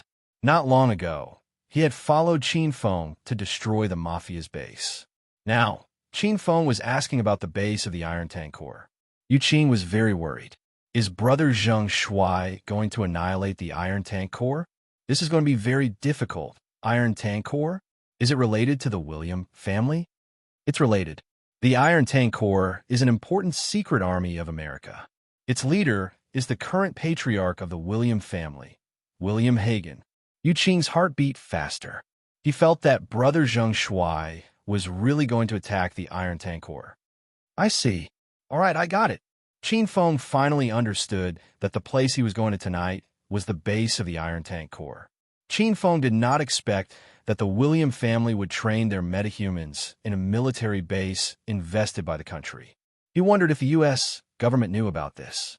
Qin Feng was about to hang up when Yu Qing's anxious voice came from the other end of the line. Brother Zheng Shuai, I know you are not an ordinary person, but the William family is also very powerful. They have the support of the Iron Tank Corps, and there are many metahumans in the family. Please don't attack the Iron Tank Corps. Qin Feng's mouth twitched. What did I say? I was going to attack the Iron Tank Corps. Don't worry, I'll be fine. Qin Feng comforted Yu Qing and hung up. After some investigation, Qin Feng had a general understanding of the William family situation. The William family was much more powerful than Qin Feng had imagined. Not only did they have the metahumans, but they also controlled the Iron Tank Corps. Most importantly, the people of the William family were very smart. They actually placed the paranormal base in the base of the Iron Tank Corps. This way, it would be even more difficult to stop the William family's plan. Qin Feng still hadn't figured out what the William family's plan was. After hanging up, Qin Feng lay on the sofa and pondered, but he had no idea what to do. Is anyone there? Suddenly, a voice rang in Qin Feng's mind. Then, a few other voices rang in his mind. Yes, Yunzhe said. Who are you? Why haven't I heard you speak before? Lu Jia asked. Qin Feng, are you there? I miss you. Huayan's voice was heard. Qin Feng is my man. Why do you miss him so much? Are you a pervert? Lu Bingbing said coldly. Who said Qin Feng is your man? He is my man. Huayan retorted. Lu Jia, Yunzhe, Zhang Ye, and Huang Jingwu were so scared that they didn't dare to speak. Yin Wushuang wanted to quarrel with Lu Bingbing and Huayan and tell them that she was with Qin Feng, but Yin Wushuang didn't have the courage to do so. Master, how have you been recently? Rin Xiao Yao asked carefully. Qin Feng didn't speak at first. He was probably scared by everyone, or he suspected that he was suffering from schizophrenia. Qin Feng was stunned for a moment. Then he woke up with a start. Li Xingtian, is it you? Qin Feng's voice rang. Everyone quieted down, and Huayan and Lu Bingbing stopped quarreling. After a while, Li Xingtian said, Yes, it's me. Qin Feng, what's going on? I think there's something wrong with my head. Li Xingtian was really scared. A few days ago, he felt his head was buzzing, and he would hear some unfamiliar voices from time to time. At that time, Li Xingtian didn't dare to speak. But recently, due to some urgent reasons, Li Xingtian tried to shout in the Hero Alliance, and in the end, he called out so many people. Qin Feng upgraded the Brass Alliance to the Silver Alliance so that he could communicate with Li Xingtian. Now that Li Xingtian finally appeared, Qin Feng was extremely excited. Senior Li, don't be afraid. Before you were taken away from Provincial Capital University, I made you join the Hero Alliance. All the members of the Hero Alliance can communicate telepathically. You don't need to speak. You can communicate with everyone with your thoughts. Qin Feng briefly explained to Li Xingtian. Li Xingtian said, Communication with thoughts? That's amazing. All right, Qin Feng, how's my daughter? Before I left, I asked you to take care of her for the rest of her life. You must treat her well. The only person Li Xingtian cared about was Li Shanshan. As soon as he finished speaking, the angry voices of the two women sounded. Damn, old man, what era are you in? Why are you still matchmaking people? Qin Feng is already with me. Don't meddle in the matters between your daughter and Qin Feng. Huayan was a little angry. Lu Bingbing was even angrier. Qin Feng, why haven't I heard you mention Li Shanshan? Tell me, how many women do you have in secret? Qin Feng was speechless. Li Xingtian was so scared that he didn't dare to speak. This Qin Feng has so many girlfriends, and all of them are so fierce. Qin Feng hurriedly communicated with Li Xingtian through telepathic thoughts. Senior Li, Shanshan is doing well. I've arranged for her to go to high school. I'll visit her when I'm free. How are you doing? Were you locked up? Qin Feng was worried about how to find out the William family's plan. Li Xingtian's sudden appearance was like charcoal in snowy weather. Ahem, let's not talk about Shanshan for now. Li Xingtian spoke carefully. Senior Li, don't be afraid. We're talking alone now. No one else can hear us. Qin Feng understood Li Xingtian's concerns. Li Xingtian's voice rose by a few decibels. It was as if he had changed into a different person. Really? The Hero Alliance has this function? It's so humane. How are things going between you and Shan Shan? You didn't play with my girl while I was away, did you? If you really have sex with her, you must treat her well for the rest of her life. If you dare to abandon my girl, I'll kill you even if I have to. Li Xingtian rambled on and on. Qin Feng was about to die of depression. Senior Li, Shan Shan is really good. This isn't the time to talk about these things. I'm in America.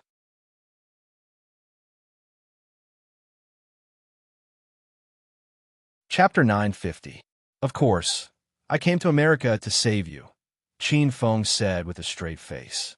Even he was a little embarrassed. Li Xingtian was silent for a moment. He seemed to be moved by Qin Feng's words, and his voice was choked with emotion. Qin Feng, I knew I didn't misjudge you. When I first saw you, I thought you were a gentleman who treated others with sincerity and sincerity. As expected, you're this kind of person. I'm completely relieved that Shan Shan is with you. Qin Feng's face turned even redder. He said, Senior Li, let's skip the pleasantries. Tell me, where are you now? I can come and save you. Li Xingtian was so touched. If he knew that Qin Feng came to America to pick up girls and act in a movie, he might have died of anger on the spot. I don't know where this place is. I'm locked up in a sealed laboratory. The William family keeps me doing experiments every day. Recently, they've been cultivating rank 6 arcanists. Based on the current progress, they'll be able to cultivate the first batch of rank 6 arcanists in a week. Don't underestimate a level 6 arcanist. Their destructive power is amazing, and they are many times stronger than a level 5 arcanist. Once the level 6 arcanists are successfully cultivated, the William family will have a complete set of cultivation plans. When the time comes, as long as we use experiments to replicate them, we will be able to cultivate thousands of level 6 arcanists. Li Xingtian spoke so quickly that Qin Feng was stunned. How could they mass-produce level 6 metahumans through experiments? What kind of experiments did the William family use to train metahumans? Qin Feng asked solemnly. I've been investigating this matter for a long time, but to no avail. After I was captured, I finally discovered the secret of the experiments. I finally know why the William family tried so hard to capture me. It turns out that they want me to use the Needle of Destiny to modify the human body so that ordinary people can become metahumans through experiments. This experiment is nearing its end. Once the experiment is successful, the William family will be able to train countless metahumans. Qin Feng's mind was suddenly enlightened. Everything that he couldn't figure out in Provincial Capital University was now clear to him. No wonder the William family had sent people to Provincial Capital University to search for Li Xingtian. No wonder Prince William had been trying to tempt Qin Feng to return to the William family. Because both Li Xingtian and Qin Feng could use needle manipulation, the William family wanted to find someone who could use needle manipulation. This was the key to nurturing metahumans in batches. The severity of the situation was beyond Qin Feng's imagination. If the William family was able to mass-produce metahumans, not only would Qin Feng not be able to complete this mission, these metahumans would also pose a great threat to Earth. It was hard for Qin Feng to imagine what would happen if even 1/10 of the people on Earth were mutants. Senior Li, you must delay the William family's plan. Otherwise, it will be a calamity for Earth. I will go and save you as soon as possible. Qin Feng felt extremely anxious. Li Xingtian said, I have been deliberately delaying the progress of the experiment. Otherwise, the William family superpower experiment would have succeeded long ago. I can't confirm my location now, nor do I know where the William family's experimental base is. How are you going to find me? Li Xingtian sounded helpless, and so did Qin Feng. After talking with Li Xingtian, Qin Feng was sure that the base he was going to tonight was not the one Li Xingtian was at. The two bases were separated. One was probably the training base for mutants, and the other was the experimental base for mutants. Senior Li, do you know what the William family's secret plan is? Qin Feng asked. The William family's plan is too crazy. They want to control the President of America. Li Xingtian's voice rose a few pitches. Qin Feng was shocked. Were the people of the William family crazy? Li Xingtian continued. I heard it by accident recently. The reason the William family nurtures level 6 mutants is because they plan to kidnap important American officials and brainwash them to become members of the William family. Then, the William family will be able to expand their influence. They will continue to nurture mutants in batches and eventually rule Earth. Kidnapping an important American official was bold enough. Chinfa did not expect that this was only the beginning of the William family's plan. What they did next was even crazier. Chinfan was stunned for a long time. He did not expect the William family's plan to be so grand. The system mission was also very difficult. Chinfan, there are too many relationships and forces involved in this matter. It's better if you don't get involved. You don't have to save me. Just help me take care of Shan Shan. This is also my last wish in life. Li Xingtian's voice suddenly became serious. He felt that Chinfan could not save him, because the William family was much more powerful than everyone imagined. Whether it was because of the system mission or Li Shanshan, Chinfan had to save Li Xingtian. Even if he knew the mission was extremely difficult, Chinfan would still try his best to save him. Okay, that's it for now. Chinfan cut off the communication with Li Xingtian. He did not tell Li Xingtian his thoughts mainly because he did not want Li Xingtian to worry. Chinfan's expression became more and more serious. This matter had exceeded his expectations. Chinfan had to contact the Dragon Sect of China and ask for their support. Soon, Chinfan got in touch with Yan Wushuang alone. Leader Yan, are you in the provincial capital? Chinfan asked. Yan Wushuang's voice was a little cold, just like how she treated other men. What does it have to do with you? I want to leave the Hero Alliance. Yan Wushuang had been suffering lately. Her mind was filled with the voices of Lu Bingbing and Hua Yin bickering over Chinfan. Yan Wushuang wanted to quarrel with the two women, but she did not have the courage to do so. After all, she had not confirmed her relationship with Chinfan yet. Chinfan was stunned. Leader Yin, why are you leaving the Hero Alliance? It's none of your business. I just don't want to join this rotten organization. It's full of women bickering like a bunch of kids, Yan Wushuang complained. Yan Wushuang complained, and Chinfan immediately understood the reason. Yan Wushuang was jealous. Leader Yan, if you think the others are too noisy, you can block the signal from the Hero Alliance. That way, you won't be able to hear other people's voices, Chinfan said. Of course, Yan Wushuang knew about this function. In the beginning, she also blocked other people's voices. However, women were like this. You would get angry if you heard them, but you would get anxious if you didn't listen. I don't care. Hurry up and kick me out of the Hero Alliance. I'm so annoyed. Yan Wushuang began to be unreasonable. She rarely acted so shamelessly and coquettishly. Chinfan smiled and said patiently, Leader Yan, I'm dealing with some important matters in the U.S. When I'm done, I'll take you shopping. Have you put on the clothes I bought you last time? You look very sexy in those clothes. Yan Wushuang subconsciously looked down at the tight short skirt she was wearing. Her long and slender legs were exposed. Usually, when they walked on the street, they would steal glances at her eyes. Yan Wushuang liked the clothes Chinfan bought for her. Originally, she and Lu Bingbing did not like to dress up. Moreover, because of their work, they wore police uniforms all day long. However, the two women had completely changed. It was as if they were at loggerheads. They wore beautiful clothes every day, and they were more beautiful than the other. The men in the dragon sect were drooling when they saw them. However, the two women were Chinfan's women. No one dared to have any ideas about them. It's not like I don't have money. I can buy clothes and go shopping by myself without you.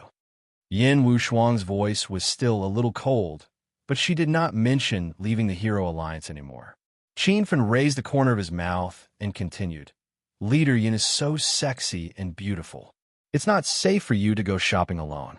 Wait for me to go back. I'll take you out to play. Chinfan picked out all kinds of good things to say. Yan Wushuang's beautiful eyes shone with a trace of joy. All right, I have something to do. I'll hang up. Yan Wushuang did not reject Chinfan's suggestion. Obviously, she agreed. Chinfan liked Yan Wushuang's cold on the outside, but warm on the inside. She was somewhat similar to Lu Bingbing. Don't hang up yet. I have something to tell you. Chinfan said quickly. What is it? I just found out that the William family is secretly carrying out a huge plan. They are training level 6 paranormals in batches. Qin Fen told Yan Wushuang all the information he got from Lixingtian. Yan Wushuang was dumbfounded. She was silent for a long time before she heard Qin Fen's voice. No way. Is the William family crazy? They want to kidnap an important high-ranking official of the United States and produce paranormals in batches to rule the earth. Everyone who heard about the William family's plan would think that the William family was crazy. Qin Fen had the same reaction. However, Qin Fen had calmed down. He knew that the William family was not crazy. They were ambitious. The William family had been carrying out their plan for a long time. They did not do it on a whim. They had been planning this for a long time. Leader Yin, this is a very important matter. The information is very reliable. You should contact the 12 Peaks of the Dragon Gate as soon as possible and see what decision they have made, Qin Fen said. Yan Wushuang finally came to her senses. She did not dare to delay this matter. All right, I'll report to the higher-ups now. According to international security regulations, countries are not allowed to carry out this kind of experiment secretly. If this news is exposed, the League of Nations will condemn and stop the United States. Qin Fen had thought of using the League of Nations to restrict the United States. However, he dismissed the idea after thinking about it carefully. This time, the William family was not the United States government. In other words, the high-ranking official of the United States was the victim. If the William clan's plans were to be leaked out now, who knew what kind of crazy actions they would take if news of it reached the William clan's ears? You're tuning in to the Romance Rendezvous YouTube channel. We're so grateful for your support, and don't forget to subscribe to join us on this incredible journey through captivating stories. Your generosity through donations truly makes a world of difference, as it's the primary source of revenue that allows me to expand and enhance this channel for you. Thank you from the bottom of my heart for being a part of this adventure.